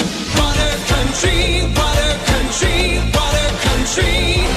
Have some fun. Open daily. How about that? That's pretty good. Doesn't that get you all excited to go? Sort of. And then we're going to play a little something that's going to make you think twice, perhaps, about what might happen. No, it happens. It happens. I don't it think does it's happen a big from deal. time to time. There's a tragedy at the water park. What happened? Here's stuff for a recent SNL sketch where a man dies at the top of the water slide. At the top. He doesn't die because of the water slide. No, he dies at the top of the water slide. That is correct. Before he's come down. And you can die en route down, but this one is at the top. And the EMTs are weighing, whether they should carry his body all the way down the stairs or let him take one last ride. Okay. This is a person. He lived a life, and you're going to push his body down a water slide because what? It's more convenient? Yes, yeah. I mean, I just want to see if the splash is different. We all do, but let's not say it. This was a human being. Exactly. And that's why you can't do this. You know what? She's right. We can't just send this man down the slide. Thank you. Somebody got to go with him. It's a double slide, so you need to wait to get through the loop. Oh, shotgun. Okay, I don't find it funny. I find it terrorizing. Here's the number if you don't know it already. 877-301-8970. And let me guess, we didn't discuss this. Let me guess, you are the kind of mother who, when your kids were young, went down the water slide, not only with them, but by yourself. Is that correct? I did not go down the big ones, no. I did not go down Geronimo at Water Country. No, I had to be in a supervisory role at the bottom, making sure my kids came out So you successfully. never went down the water slide with your kid in any of them? I went down the ones that weren't so scary. Oh. I mean, Geronimo is like a big chute. It's almost vertical, and you are flying down that thing. I was not going to go down that thing. But I went, the lazy river, you get in the inner tube, you float down a lazy Canopy river. Lake. Yeah, You know that I went down Geronimo head first? Did I ever tell you that I did without my kids just to impress him? I don't believe you for a second. That would be correct. I don't think you ever went to water country, Jim Browdy. No, I never went to water country. Thank you. I did go to water urinate. That was. Oh, listen to this. What's that? Listen to this. When my brother-in-law took my son to Water Whiz, he called it Whiz Water. I would hose my son down when he came home. Gross, says Pamela. But that is the problem. We're going to get into it. There's a wonderful piece in Business Insider that's titled "The 12 Nightmarish Facts That Will Make You Never Want to Visit Another Water Park." I agree with at least 11 of them. But a lot of people enjoy this. And we'd like to know, if you're into this, obviously feel free to tell us the joy of doing it with your child. Someone wrote an op-ed, it was in the Globe, about the joy of doing it at some park, and then he came home and did it at home. Well, they were talking about going down the lazy river. I mean, that's kind of cool. You figure you're going to be probably okay. That's but kind of I didn't know that you could drown in the lazy river. I mean, there's this really disgusting story about all the someone drowned, the bacteria, that's in these. Chlorine normally would kill most bacteria, but it's diluted in these water parks by all the other substances that are induced into the water, like sweat and sunscreen and skin and hair products. And, the diapers that are supposed to catch everything don't always catch everything that they're supposed to. Not to mention the scary parasites like brain-eating amoebas. Exactly. I mean, you're going to go. So some 12-year-old girl. What was the name of it? It was Joni Ernst said, "We're all going to die." We're all going to die. Why not here? This 12-year-old girl goes to this water park in Arkansas in July of 2013, and she comes down with brain-eating amoeba Why are you doing this? Disease. I thought you said this was going to be the upbeat hour of the show. Here is Pamela. Not Pamela, we did her. Elizabeth in Wellesley, 17. Are you kidding? I am 49 years old and plan to continue shooting down every available water slide till I'm 109. It's beautiful, actually. Well, that is. I mean, a lot of people are very into this. It's like roller coasters at the amusement park. They will go in the roller coasters at regular parks, and they'll go down the Geronimo-like things at Water Country. I did not. But you do have to bring a cooler. Jamie brought a cooler because the food is so expensive. Yeah. You have to pack a cooler in the morning. Are you allowed to bring cooler in? Yes, I think you have to pay. So. You have to pay $5 or something like that. Okay, the number's 877. You have 15 tuna fish sandwiches or peanut butter and jellies in your cooler. You're set for the day. 877-301-8970 to call or text. Here's Jamie. Jamie takes his kid. We mentioned this already. They went to Water Whiz. By the way, it's on Cape Cod. I really didn't believe. Water Whiz. I'm raising my. I did not believe that was real until you and Jamie on told the water. me. Okay, I asked my kid. No, you whiz in the water. I asked my kid if he wanted to. This is Jamie says, I asked my kid if you wanted to drink something, maybe a glass of water halfway through our stay at Water Whiz. His kids, no, I've had enough water to drink already. Yeah. So there you go. I don't think you want to drink anything at the water park after we talked about brain-eating amoebas, but thankfully Jamie's kid is fine. Here's an so anonymous texter. I used to work at a water park. I have one word, cesspool. Now, in a moment of seriousness, I know you don't like when I do this. Yeah.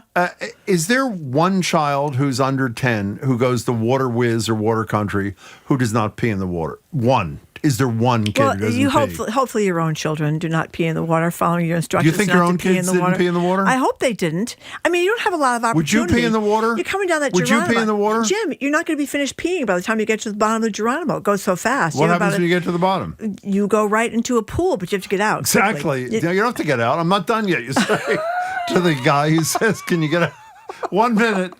Okay, 877-301-8971. I mean, suppose you were an EMT at the top of the water slide with a person that had died. I'd slide him down.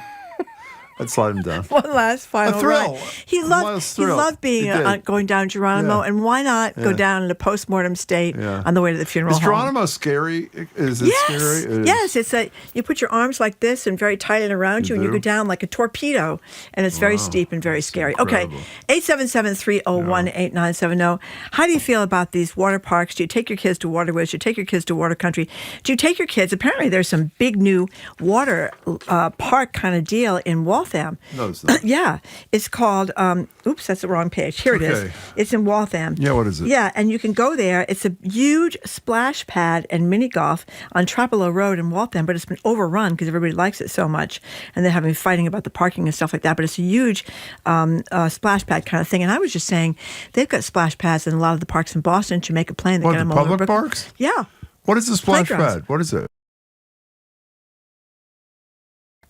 The What do you have, hiccups cement. or something? I have hiccups. The water shoots up from the cement. They have one in Brookline. From the cement? Yeah, whatever It's it like is. a fountain kind of thing? You know what they have on the bottom.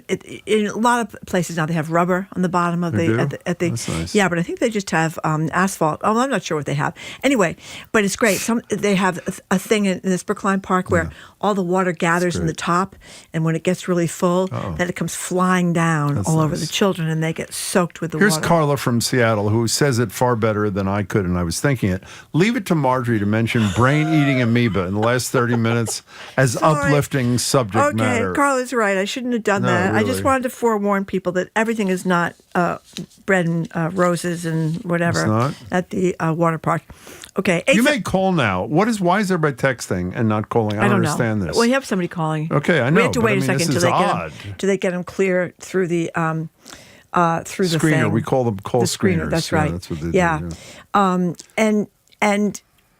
And lots of people are texting. I brought my son to the Great Wolf Lodge a few times. Oh, I've heard of that. That's where I definitely go down the water slides with him and go into the white pool. The next day, I go to my doctor's office to get tested for any diseases. you keep. I mean, there's no question. There's something dangerous in the water, isn't there? There's a lot of germs. I mean, there's a lot of germs. You have to be very, very, very careful at the water park. And then the people that work there talk about the things that they find, in the trash there. And What do you it's mean bad the trash? things. Like the drain? Yeah, the drain. What do they find? Band-Aids, condoms, dirty swim diapers. Oh, that's fine. That's not. No, that's fine. Tampons. Okay. Food trash, wallets, phone. Okay, now here is empty something. Sunscreen This could get me to tubes. ride on this thing. What? Anonymous texter. I last did Geronimo when I was 36 with my 3 sons. It depanted me in the run out at the bottom, and I just barely held onto my suit to cover my privates. Yeah, I can believe that Well, happening. that's a beautiful I story. think if you are a female, you want to wear a one-piece bathing suit that to really these true? places. Yeah, because the chances of losing your top or losing your bottom are very, very significant. Let's take some calls. Okay, we'll go back to Jim in Cranston, Rhode Island. Hi, Jim. Hello, Jim. Welcome. Jim. Hi, my name's Jim Greer, and I'm calling because I have, I think, something relevant to add to this conversation. We're ready. About 60 years ago, I was at a Boy Scout camp here in Rhode Island, Camp Yagu. Big camp, about 2,000 kids every week there. Yeah. And for some reason, Ted Williams came to visit the camp. So we all had to line up and salute him along the way in. Yeah. And we were instructed very carefully not to bother him, ask for autographs. Okay. Well, I was at the waterfront with a couple of friends, and Gus Anthony, the camp director, and his old multicolored Model T drove up with Ted Williams and parked right next to us. Wow. As we're looking out at the water and all the kids swimming. And at that point, we're just staring. We don't dare say anything. And Ted Williams says to the camp director, Gus, do the kids pee in the pond? And Gus said, well, I guess they probably must. And Ted said, well, yeah, I guess there's nothing you can do about it. And then they drove off. So what a that's my beautiful addition to recollection the that is, Jim.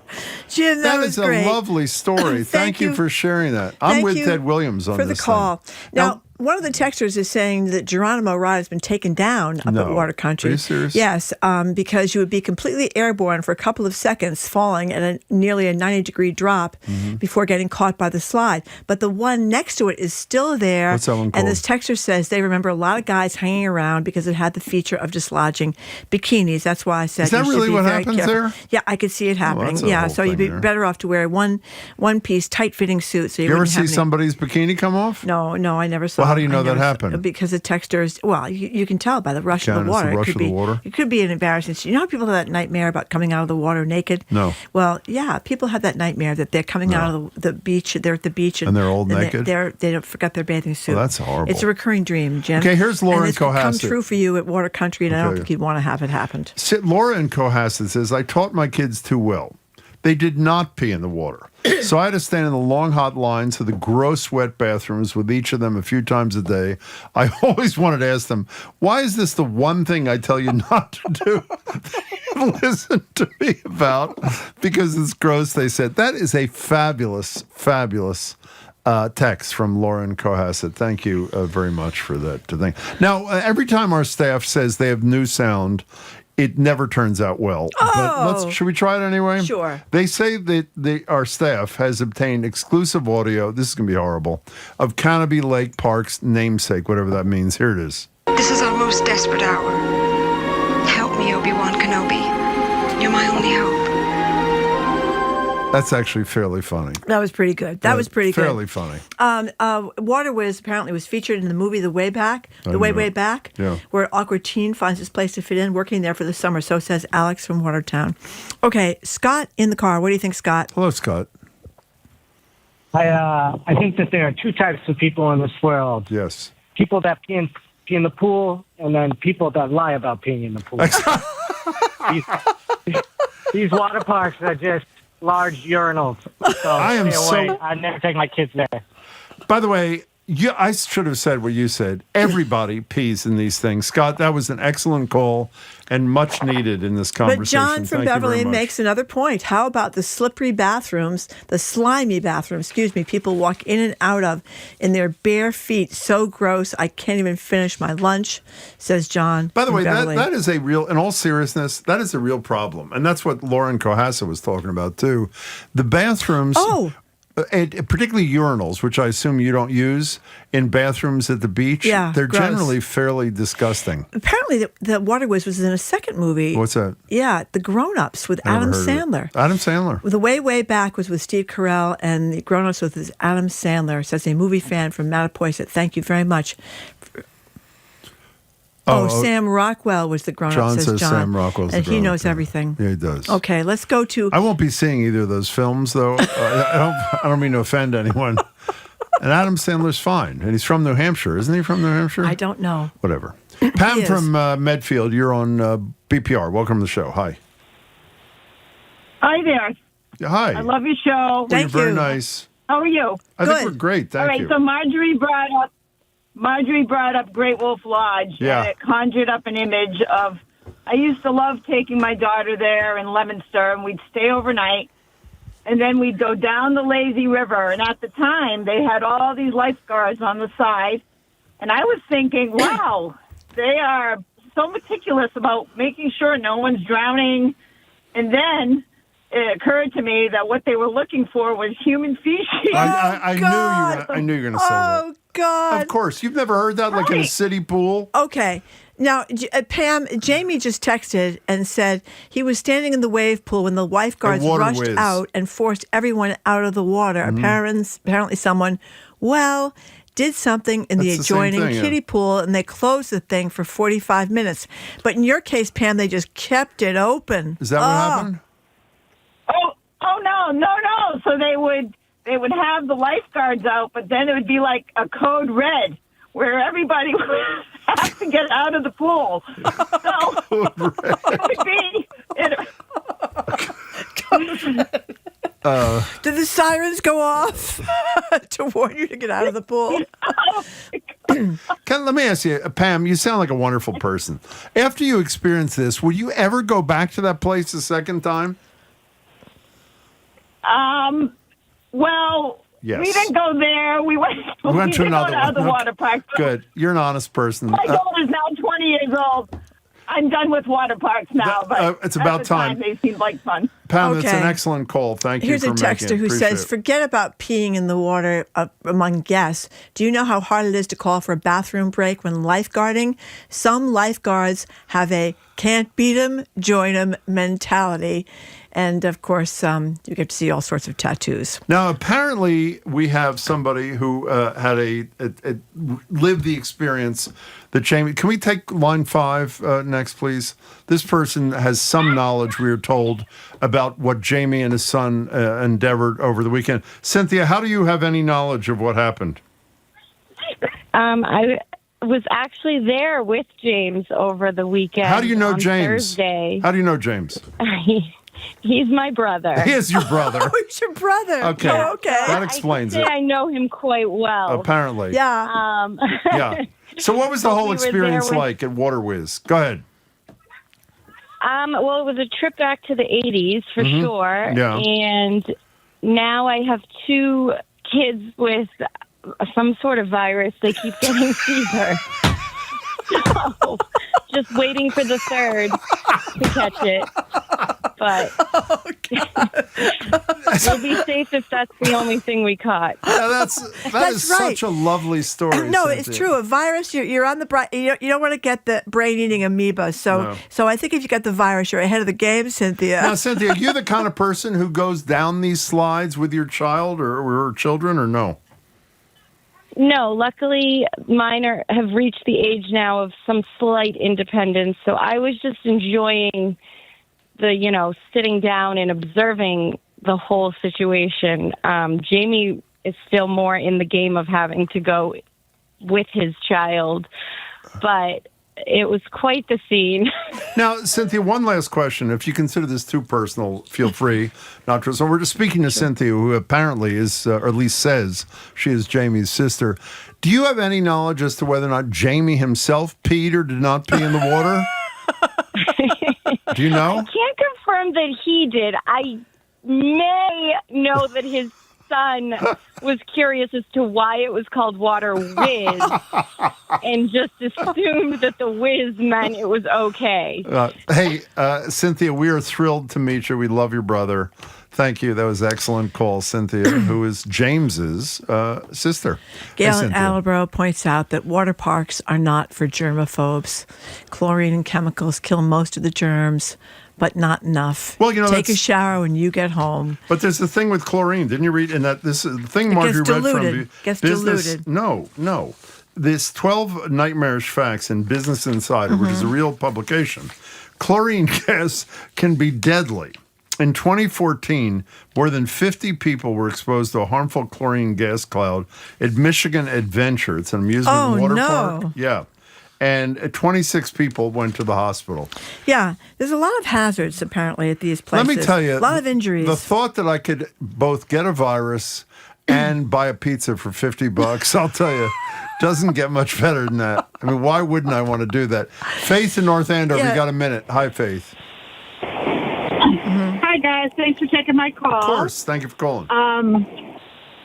I used to take my kids every year to water country up in New Hampshire. Yeah. And some of the water slides required you had to have a tube, one of those blow tubes. Yes. Well, they didn't supply them. You had to pay an additional $5 or whatever per tube.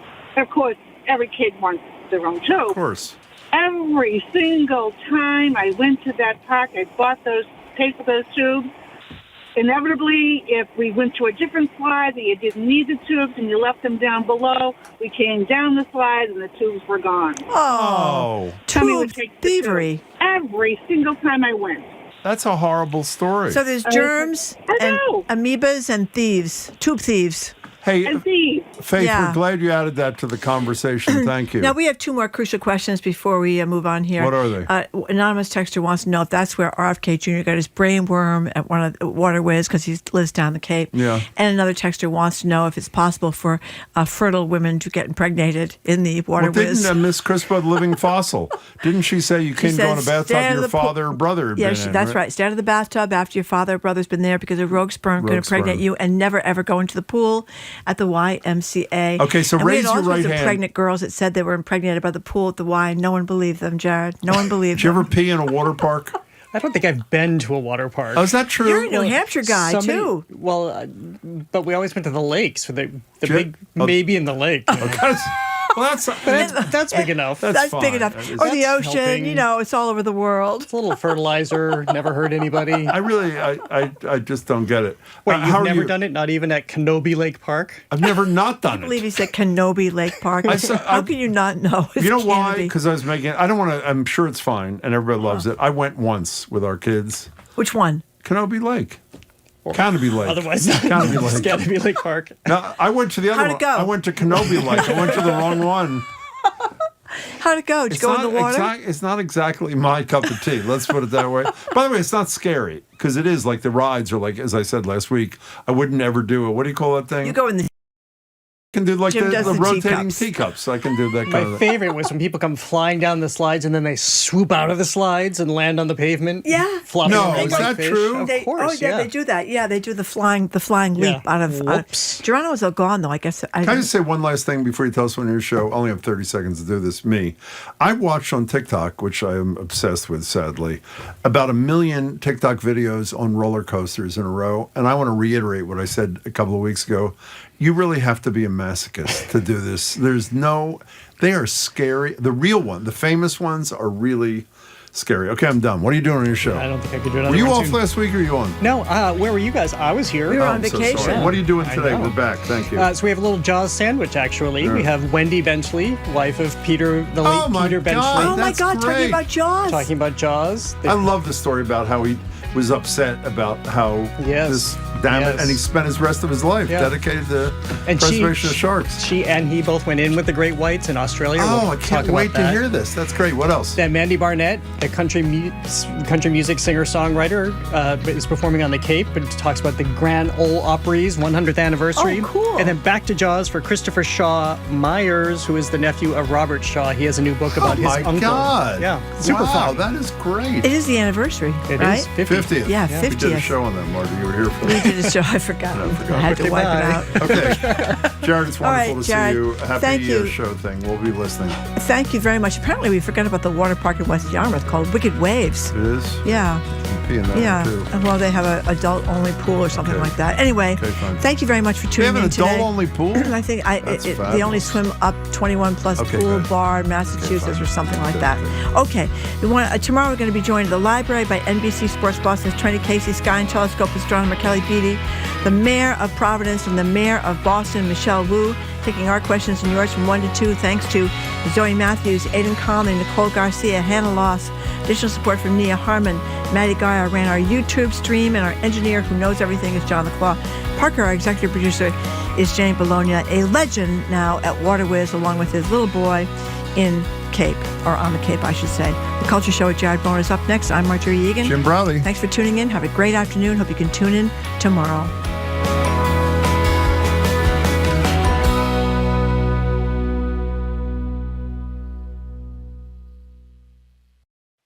What's trending? What's interesting? What's going on around town? We're talking all things arts and culture on The Culture Show, next on GBH 89.7. Funding for our programs comes from you. And Cornerstone at Canton. They offer senior